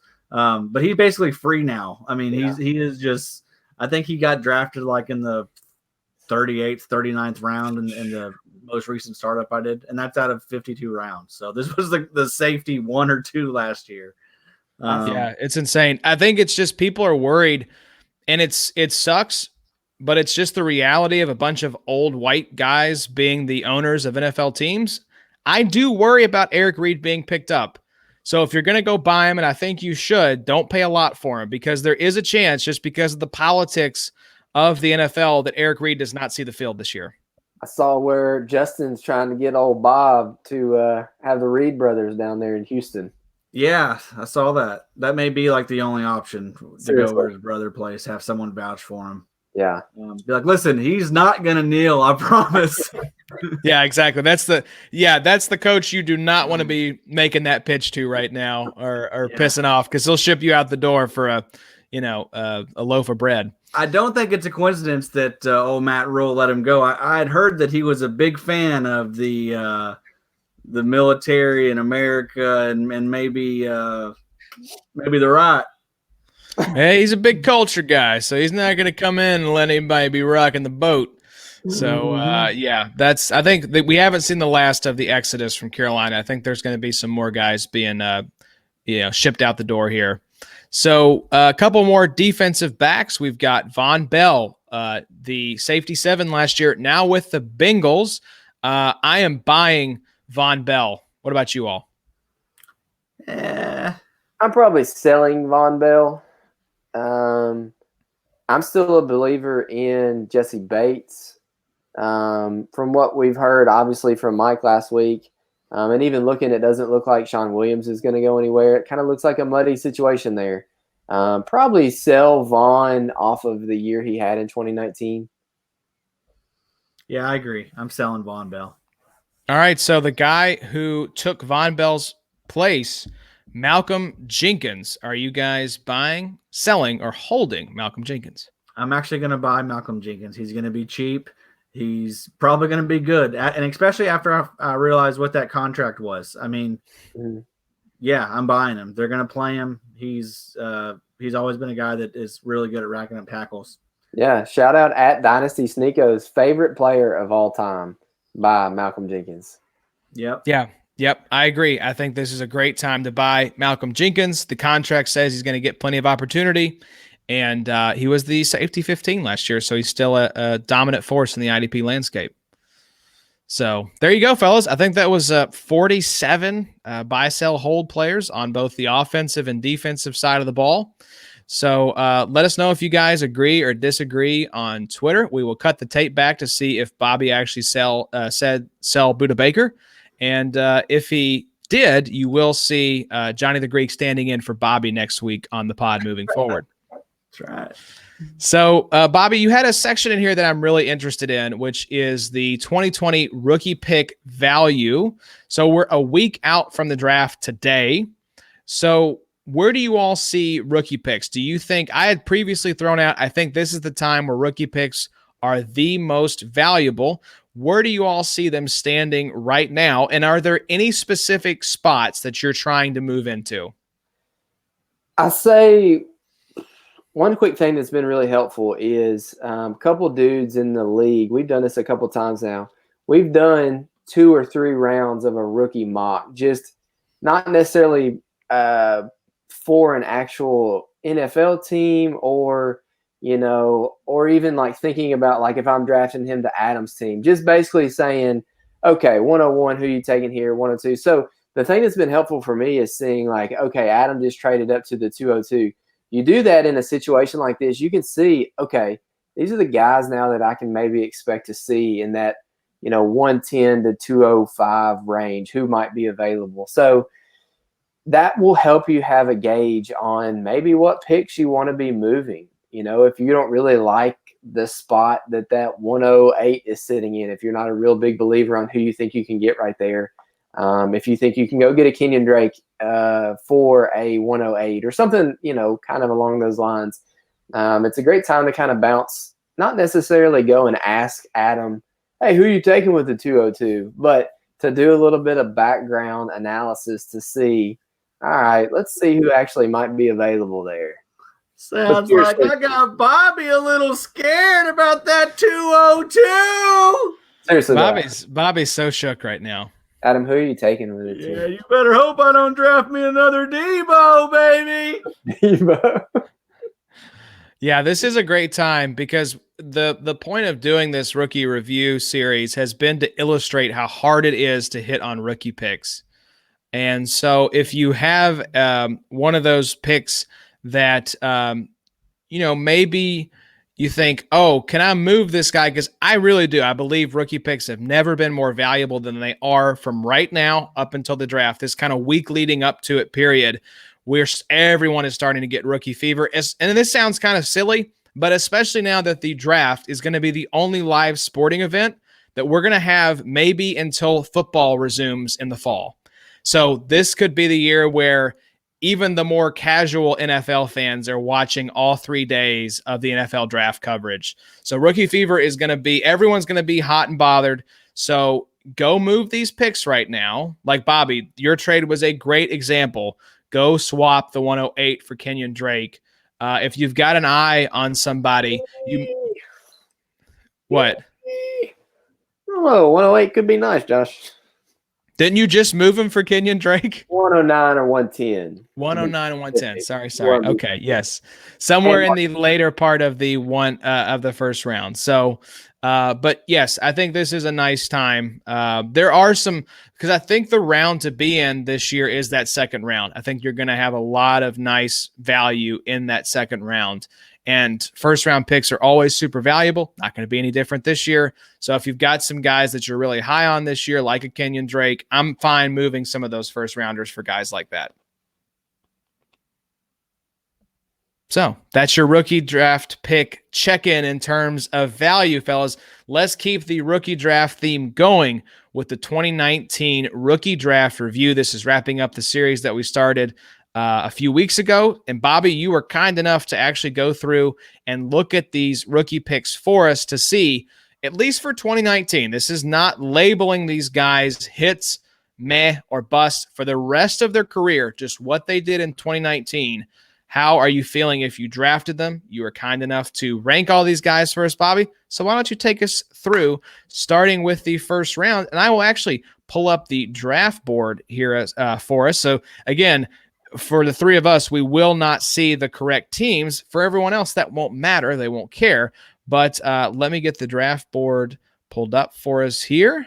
And if I actually can, I don't know that I actually have that option.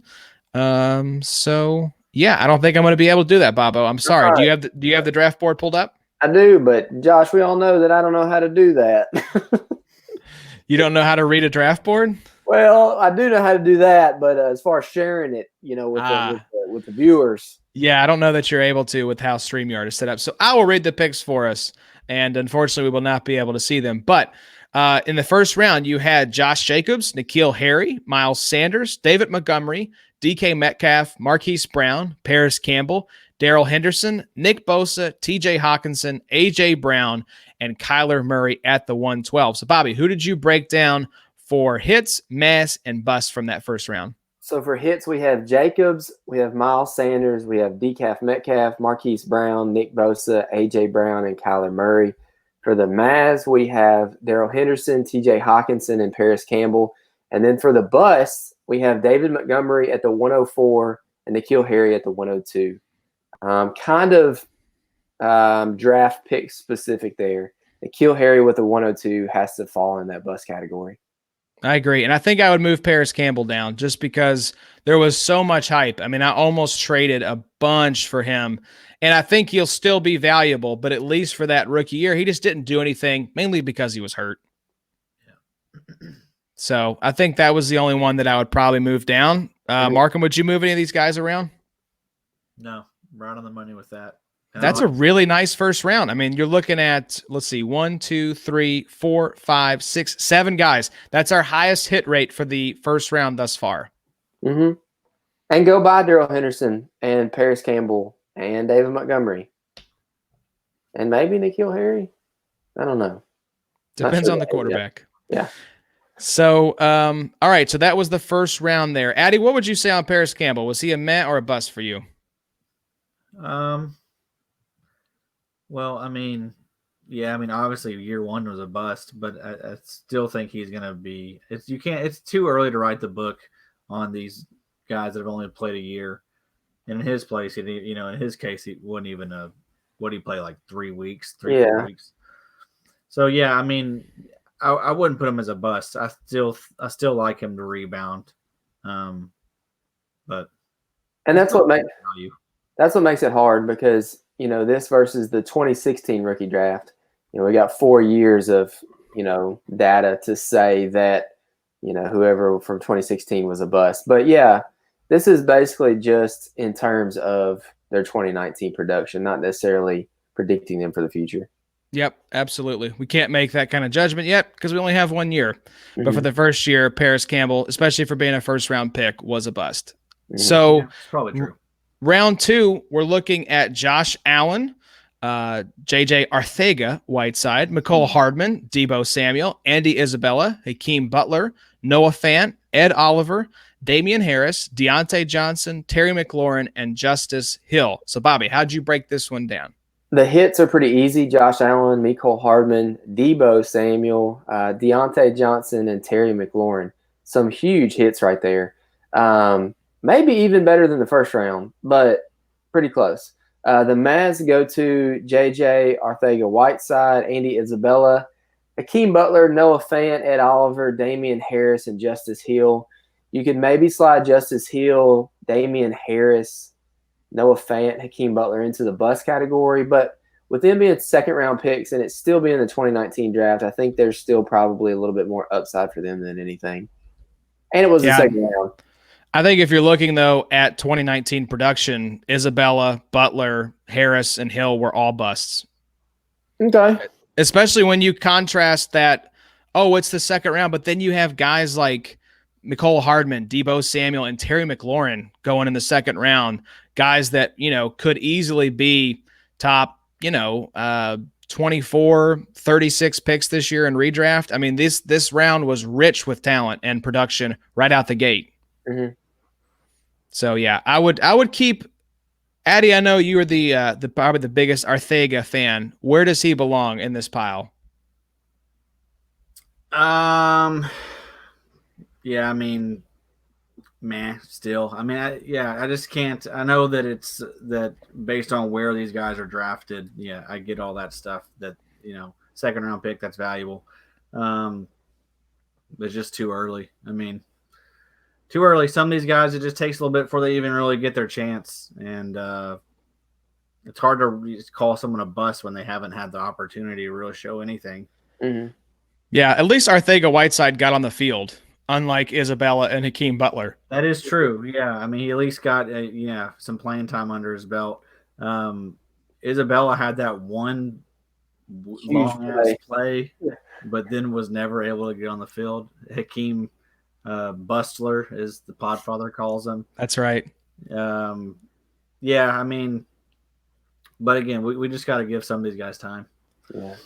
So the third round here, we are looking at Devin White, Irv Smith Jr., and Devin Bush. Man, that's a nice top 3 for round 3. And then you got Devin Singletary, Jay Sternberger, Miles Boykin, Jermaine Pratt, Benny Snell, Alexander Madison, Brian Burns, Quinnen Williams, and Divine Ozigbo? Mm-hmm. Divine. So really nice third round, Bobby. How'd you break this one down? Obviously, Devin White, Irv Smith, Devin Bush, Devin Singletary, and Alexander Madison for me in the hit category. And then the Mavs go to Jay Sternberger, Miles Boykin, Jermaine Pratt, Benny Snell, Quinnen Williams, and then Divine Ozigbo goes in the bust category. Madison, I think, is great. It's just that you have Dalvin Cook in front of you. That's why he was in the hit category for me. This will move a bunch. I just bought Sternberger. Boykin's still young. Pratt is still young. Snell has somebody in front of him. So a lot of moving around here probably in the next year or so. I don't know that I would argue with any of these guys, at least from a 2019 standpoint, Bobby. I think you nailed this one. Mm-hmm. Because I would have Madison in the hit category. He's great, man. I was pissed when Adam sniped him in the Unreal tournament. Addy, does Jermaine Pratt deserve to be a hit here? Yeah, he got some playing time down the stretch. He's probably on a lot of playoff rosters. And yeah, I think we're gonna see him take another large step forward in year 2. Yeah, I'm tempted to move Quinnen Williams down to the bust just because he's a bust. He's a bust. He at least got on the field, but man, he was so bad. I think he was outside the top 50. Dude, defensive he also tackles. had the gun thing too, though. Yeah. He's a bust. He's a bust. We're moving him down. Sorry, Quinnen. All right, so 4th round. Let me get this pulled up here to see how the 4th round went. We were looking at Kelvin Harmon, Clelin Ferrell. There apparently was not a pick here at the 403. I think this was one guy that was not in the RSO system. I don't remember who it was. I don't think it was a guy that ended up mattering much. But you have Jalen Hurd, Jonathan Abram, Mike Weber. I'm going to go with Weber since it's 1B. Bobby Okereke, Dwayne Haskins, Rashawn Gary, Darwin Thompson, Travion Williams, and Hunter Renfrow at the 412. So, Bobby, take us through it. Yeah, the hits were Hunter Renfrow, and that's it. The Mavs go to Clelin Ferrell, Jalen Hurd, Jonathan Abram, Bobby Okereke, Dwayne Haskins, Rashawn Gary, Darwin Thompson, Travion Williams. The Busts go to Kelvin Harmon and Mike Weber. Hunter Renfrow had a great year. The Mavs that can move this year for me would be obviously Ferrell and Abram. But I think Ferrell, especially for where he was drafted in the actual NFL draft, was pretty crappy last year. And then Jonathan Abram tearing whatever he did, forget what it was, and only playing that one game. Abram will go up a ton, but for right now, they need to be in the middle. Yep, I agree. Markham, would you move anybody around here? I think that's a pretty nice breakdown. Nope. Love it. Very nice. Hunter Renfrow, great value there. Mm-hmm. Absolutely. 412. It is crazy to me that for as high as Clelin Ferrell went in the actual NFL draft, that he went in the 4th here. Kind of interesting. Wasn't he pick 4?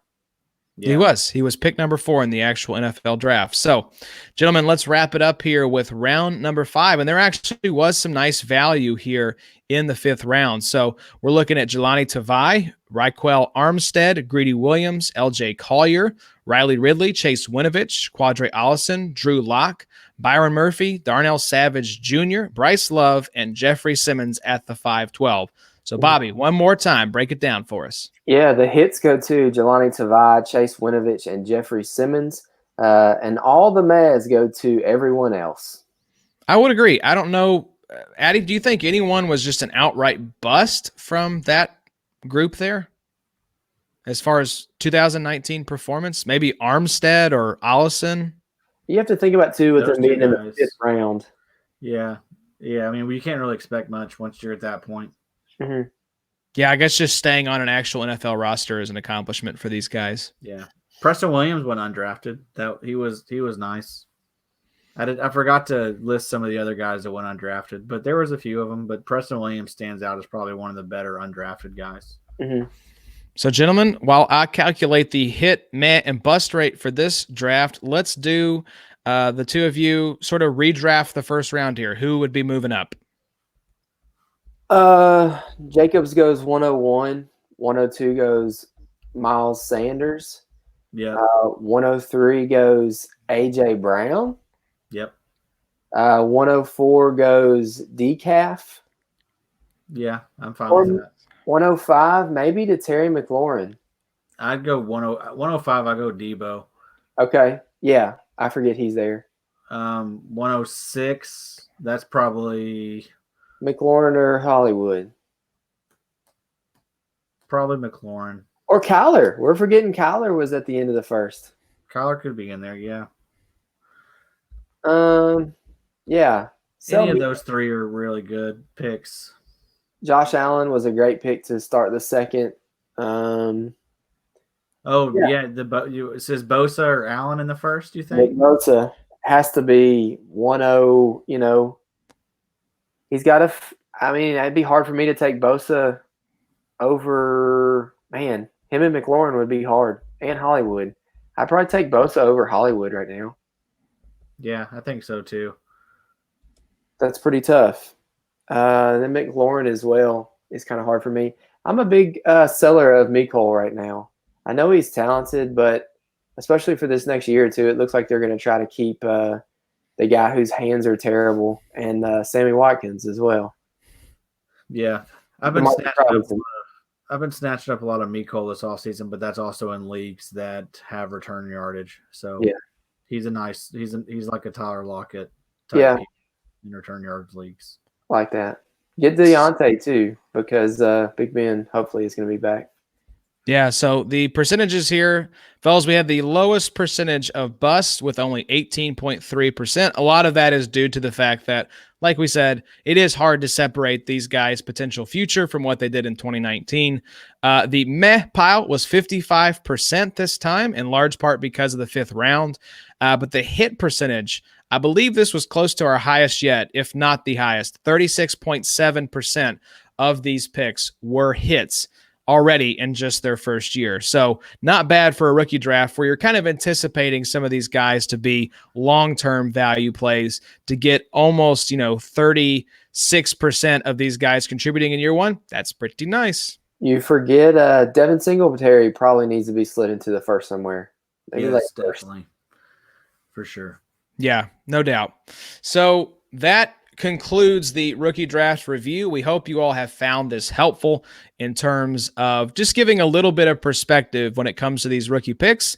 Like we talked about, everyone has rookie fever right now, but it is very hard to nail these rookie picks.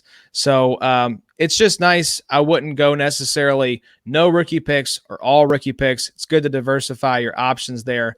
But Bobby, thank you again for doing the recap tonight. Anytime, Joshy. You nailed it. I'm very proud of you. Mm-hmm. So can we give away one of your hats to the winner for the Listener League? Sure. Absolutely. Thank you. I'll get to pick it up. We'll pick one that your children aren't particularly fond of since they're wearing your hats now. We don't want to deprive them. I'll send them a cowboy hat. There you go. All right, gentlemen. So Bobby, or Addy, I think you called it in our little chat here. This episode was going to go 2 hours. We have done it. I am 6 minutes past feeding time, so my wife is standing outside the door tapping her foot right now. So I'm going to bop out of here so we don't get canceled prematurely and go feed this baby. So thanks, everyone, for joining us tonight. Fellas, we have a huge, huge week coming up with the NFL Draft. Addy, take us through what the plan is for next week. I'm very excited about it. We are going to have one of the brightest minds in the biz, Mr. Joey the Tooth.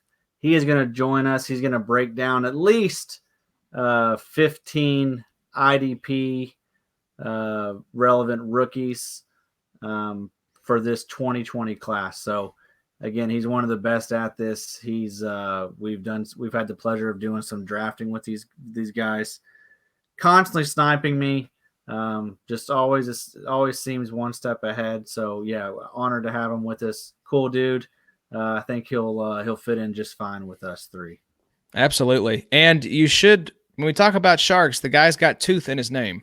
So he's probably one of the sharkiest. Yeah, it's there in his name, guys. That's right. Don't ignore that. And then also, we will be coming back at you all. It's a double sode week because of the NFL Draft. We'll be back with you all either on Friday or Saturday to recap the rounds of the NFL Draft that has happened at that point.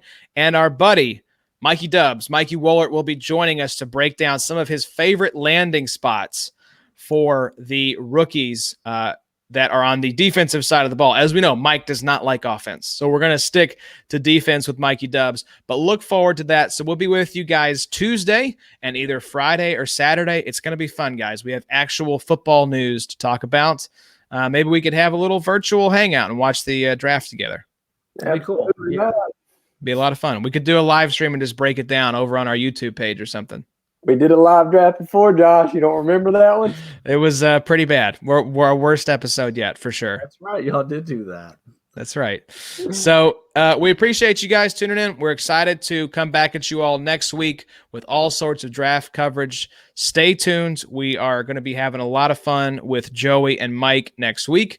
Gentlemen, stay safe. Hope to hug and kiss you guys very soon. But until then, this is Josh Raymer signing off for Bobby Reynolds and Adam Markham. Y'all take care. We'll see y'all next week.